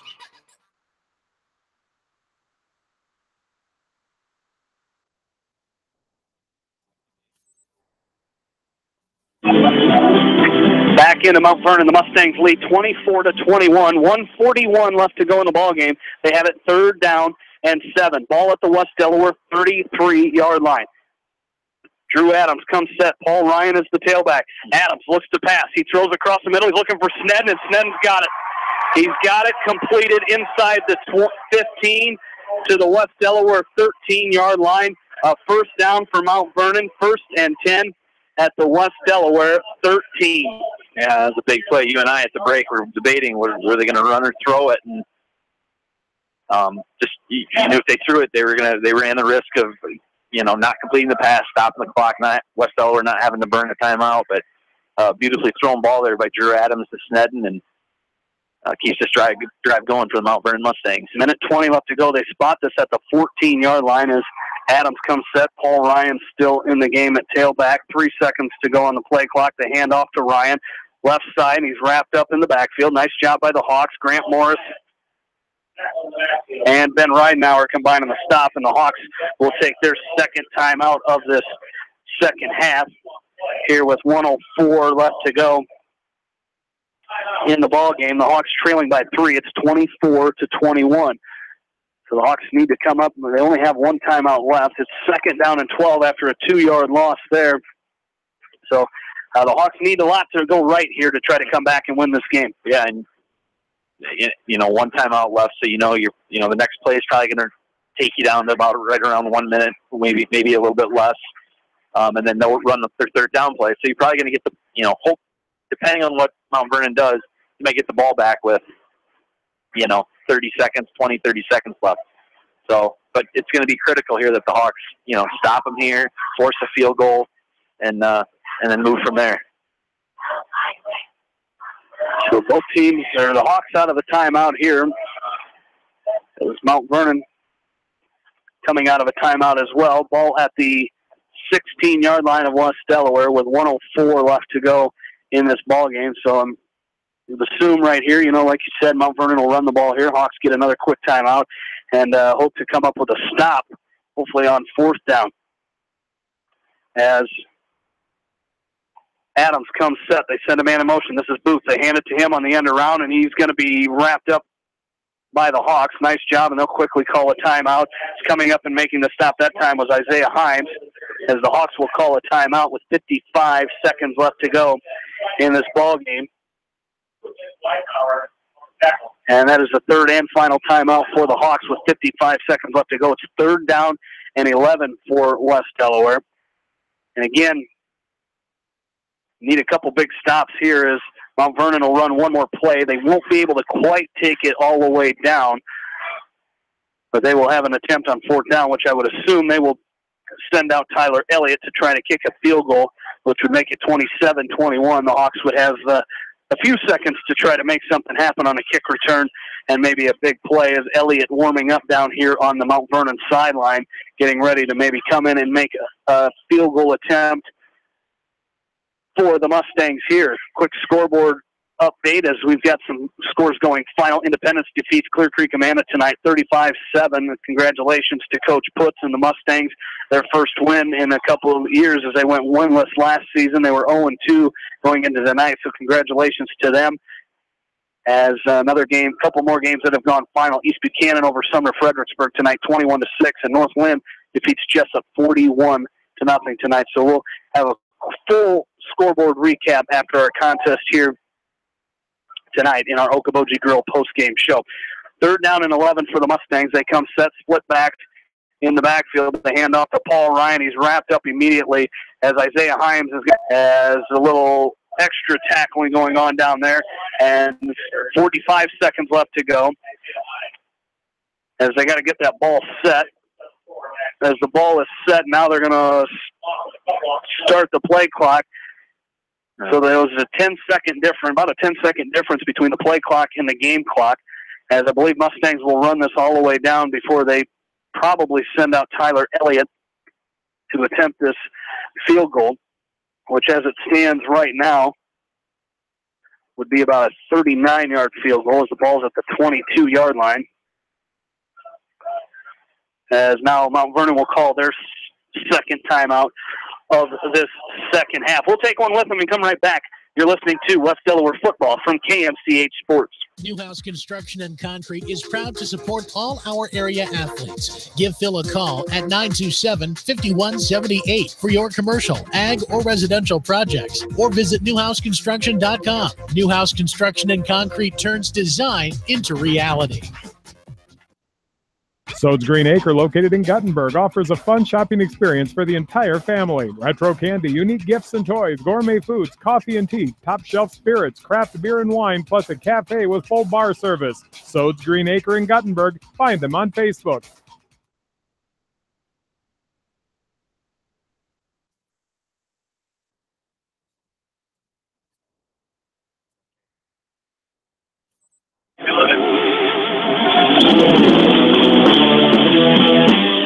Back into Mount Vernon, Tyler Elliott on the sideline. So the Mustangs will run one more play here. The offense is on the field. Talking during the break, they may just try to run off 10 seconds here, as that's all that's left in this ball game. Adams will take a step back, and they're going to throw for the end zone. Not a bad play. He throws it out of the back of the end zone, and with 5 seconds left, the Hawks will get the ball back and have it 1st and 10 at their own. And see where that ball was spotted. 22-yard line. So the Hawks will have one more play here from their own 22 as Adams just heaves that ball up, trying to run out them 10 seconds. And I think the Hawks are fortunate that they have a play left, because I think Adams had time to kill a couple more seconds back in the pocket, but he threw it away, and Mount Vernon takes their final timeout of this ball game with 5 seconds. We'll keep it right here. 5 seconds remaining here for the Mustangs. And for the Hawks, they will have one play from their own 22-yard line. What a great time for a big 78-yard touchdown pass. Yeah, right. Find one of those big receivers for the Hawks, as we may see a couple laterals in there as well. See how far, and you're going to have to see Nick Casey, see how far he can throw the ball. But it'll be quite a play if the Hawks can pull this one off here, as they trail by 3 with 5 seconds remaining in the ball game. 24-21. Some other scores: Anamosa leading Makoka to 32-14. That game in the third quarter. Cascade shutting out Central DeWitt 34-0. That game also in the third quarter. And in the fourth quarter, Monticello leads Comanche 41-20. And Edco Clayton Ridge tied at 8. That game in the third quarter. As the Hawks will come set 5 wide, as the deepest Mount Vernon cornerbacks are at the 30-yard line. As Casey will throw it, he's going to hit Mitchell Mangold, and he gets brought down awkwardly. Hopefully he's all right, as he was brought down very awkwardly at the 35-yard line, and that is how this game is going to end. The Hawks are going to fall tonight 24-21 to Mount Vernon. as that is it. The Hawks will fall to 1-1. Mount Vernon raises their record to 1-1 as the 5th-ranked Mount Vernon Mustangs in Class 2A take out the number 5-ranked West Delaware Hawks in Class 3A. As we will take a break and we will come back and start as you stay tuned for the Okoboji Grill postgame show as it comes your way next, right here on Mix 94.7 KMCH. In sports as well as banking, numbers mean everything. Athletes strive for excellence during competition. F&M strives to exceed clients' expectations. Whereas athletes and teams focus on the score, F&M focuses on the success of our valued clients, one relationship at a time. F&M Bank, the right choice. Member FDIC. Just like you take pride in your vehicle, we take pride in the service work we provide. This is John from Georgian Auto in Manchester. Whether it's routine maintenance or major repairs, we'll take care of your car and get it back on the road. Georgian Auto in Manchester, where complete automotive service and repair is our complete focus. You may not wear glasses or contacts, but how do you know if you're seeing your best or if your eyes are healthy? Why not be proactive and get your eyes examined? Dr. Daniel E. Mersch and his professional staff at Manchester Family Vision can help. Call 563-927-3682 to schedule an appointment. Manchester Family Vision Center wishes all the local sports teams best of luck this season. Manchester Family Vision Center on West Main, where clear vision begins with healthy eyes. Contact me, Chad Frazier, at BC Land Services in Earlville for all your maintenance projects such as tree removal and trimming, small dirt work projects, lawn seeding, and more. BC Land Services is fully insured and licensed. Contact me at 563-590-8074 or on Facebook. And best of luck to all area athletes and coaches. Since 1995, Edgewood Feed Mill Construction has provided customers with a quality, pre-engineered building package for their swine facility needs. Edgewood Feed Mill Construction is a general contractor and will assist you with the construction of your livestock facility, start to finish. For more information on Edgewood Feed Mill Construction, contact Steve Harris at 563-920-7835.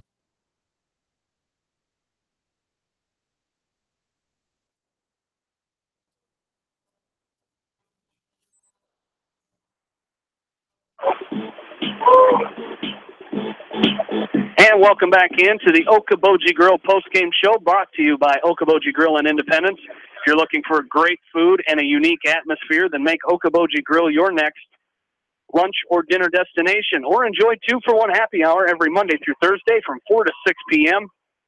That's Okoboji Grill, 1749 Golf Course Boulevard in Independence. Okoboji Grill, where good friends meet.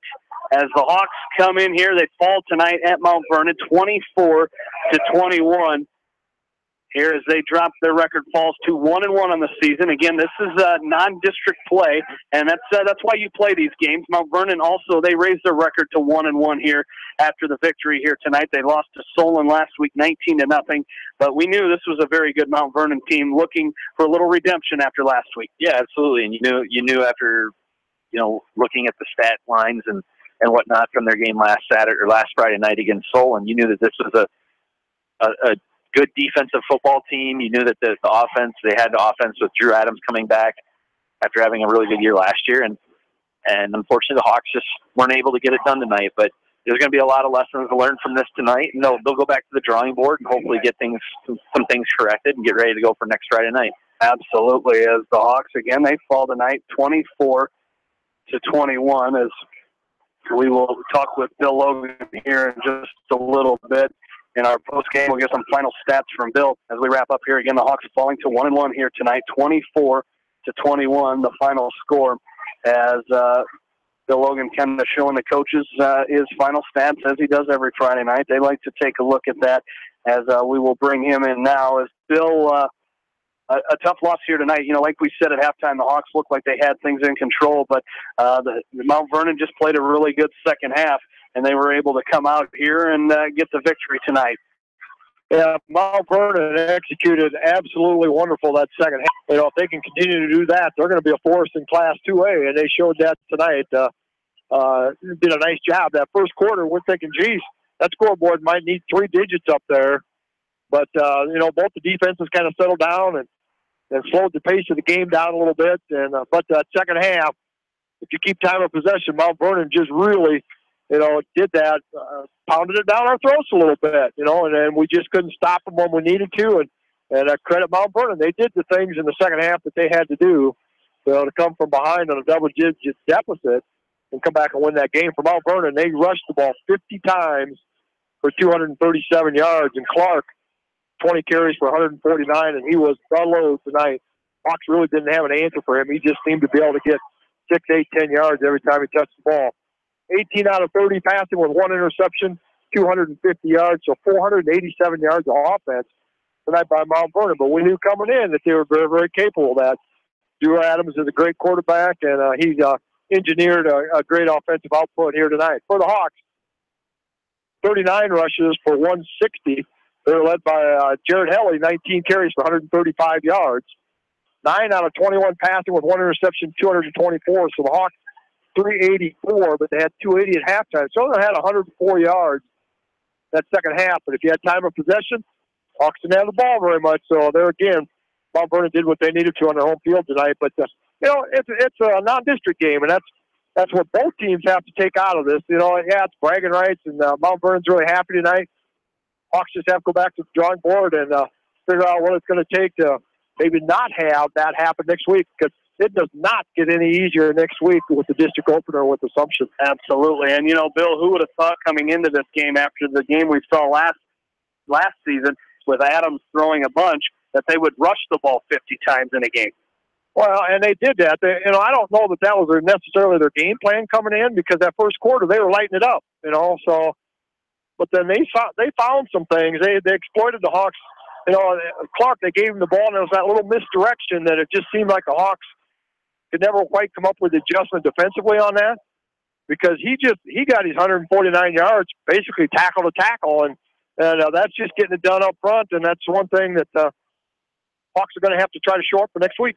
Absolutely, as that home opener, that district opener next week, next Friday at home against Davenport Assumption. We look forward to that one tonight. But, Bill, before we head off the air here tonight, there's a ball game in Iowa City tomorrow as the home opener and season opener for the Iowa Hawkeyes. I thought maybe Liberty was playing. They're not playing tonight because, former athletic director Mike Morrison is here today, so I want to give a shout-out to Mike. Thanks for coming up, seeing the Hawks here play tonight. I heard that he might make a surprise appearance. He told me, I talked to him yesterday, and he told me he's going to try to make it up here. And he did. He did just that. But the Hawkeyes will host Wyoming tomorrow, an 11 o'clock kickoff from Kinnick Stadium tomorrow. And should be a electric atmosphere at Kinnick Stadium tomorrow, of course, with a new season, those new expectations, a new offensive coordinator for the Hawkeyes, new quarterbacks coach for the Hawkeyes, new quarterback for the Hawkeyes. A lot of unknowns right now for that Hawkeye team, but the season kicks off tomorrow, and it should be a good one. You talk about the unknowns, and I think the known thing is the Hawks are going to run, and they're going to run, and they're going to run, and they're probably going to want to run some more. That's what they're. Well, I don't know if you've got a battery down there, Bill, but it's getting low. It's getting low, so we better get your prediction before we get it in there. Before we lose that. Tell Swish is quick. Okay, Swish was 32-19 Hawks, a total of 51. I think we lost you again. So 51 for Swish. 51. I'm going to go 27-17. I don't think they'll cover the spread. I think they'll win, but I don't think they'll. 27-17. That's 44 for the Hawkeyes as a total of 44. Bill, we're going to talk to you next week, buddy boy. As our battery getting low on Bill's microphone, we'll get that fixed. So Bill with a 44. Aaron, we'll have this next prediction here as Bill is 51, Swish is 51. Bill is 44. Aaron's prediction here. There's been a lot of talk about this on and off the air tonight about Aaron's prediction here with the Hawkeyes. Yeah, and I think they'll win. I think it's going to be a lot closer than I'm with Bill. I don't think they're going to cover. I'm going to go Iowa 31, Wyoming 24. 31-24. So I like it. It's a little more than Bill there. Is you're going to go 55. So 55, 51, and 44. Bills is a little smaller. I'm going to go Iowa 24. Okay. And Wyoming will have, I'm going to stick with 17. I like Bills. I'm going to go 3 less than Bill, so a 41 for me as we're going to go that. So we've got 41 for me. Bill has 44, Swish has 51, and Aaron is the high number. So I like boxing those two in. So that'll be fun to see. Bill enjoys it when we do that as well. So the Hawkeyes, again, taking on Wyoming tomorrow stadium as they open this season at home with that Wyoming game. Aaron, a tough night tonight, but that's what you play these non-district games for, and the Hawks will get ready for Assumption next week. Yeah, and like Bill said, it's a non-district game.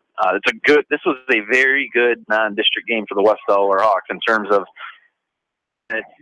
competition. Mount Vernon's a very, very good football team, so the Hawks are going to take this, learn from it, and hopefully next Friday night come back at Brownfield and get a W once district play starts. Absolutely. As we take one final look at our area scoreboard, again, the game you've got coming your way, Maquoketa Valley over Starmont 60-22. It was Western Dubuque over Dyersville-Beckman tonight, 34-21. Independence, with their first win since a couple seasons ago, they went 35-7 over Clear Creek Amana tonight. Cascade shuts out DeWitt Central 47-0 tonight. In the fourth quarter, Anamosa leads Maquoketa 39-20. And also in the fourth quarter, Monticello leading Comanche 41-20. And 3 more finals. East Buchanan defeats Sumner Fredericksburg tonight 21-6. It was Edco over Clayton Ridge 22-20. And Northland shuts out Jessup 41-0. Well, that's going to do it for the Okoboji Grill postgame show, brought to you by Okoboji Grill in Independence. If you're looking for great food and a unique atmosphere, make Okoboji Grill your next lunch or dinner destination, or enjoy 2-for-1 happy hour every Monday through Thursday from 4 to 6 p.m. That's Okoboji Grill, 1749 Golf Course Boulevard in Independence. And that is going to wrap it up here. I'd like to thank the sponsors of high school football or West Delaware football on KMCH. Without them, this broadcast would not be possible. If you're heading down to Iowa City or Ames tomorrow, or any of the local colleges, you're going to do some tailgating and you need those supplies, we encourage you to please shop locally. I want to thank Rob Edwards for sitting in the studio for us tonight. Great job, buddy boy, as we appreciate that. Most of all, I want to thank you, the listeners. For my partners, Aaron Pleen and Bill Logan, this is Jamie Vasky saying good night from Ash Park in Mount Vernon, Iowa. Once again, the final, the Mount Vernon Mustangs 24, the West Delaware Hawks 21. You've been listening to West Delaware football on Eastern Iowa Sports Station, Mix 94.7 KMCH. Stay tuned for this week's area online and playback game of the week as Maquoketa Valley travels to Arlington to take on Starmont. And with a call of that game, along with Tom King, here's Kevin Shookman. Have a good night, everybody. With all the action, here's KMCH Sports Director John Swisher and company. Good evening, everybody. This is Kevin Schiffman along with Tom King here. We're up at Starmont High School, our own rivalry, non-district action, on Maquoketa Valley, and the Starmont Stars. Tom, a beautiful night, Highway 3. I came up on Highway 3 tonight. I counted 56 cars between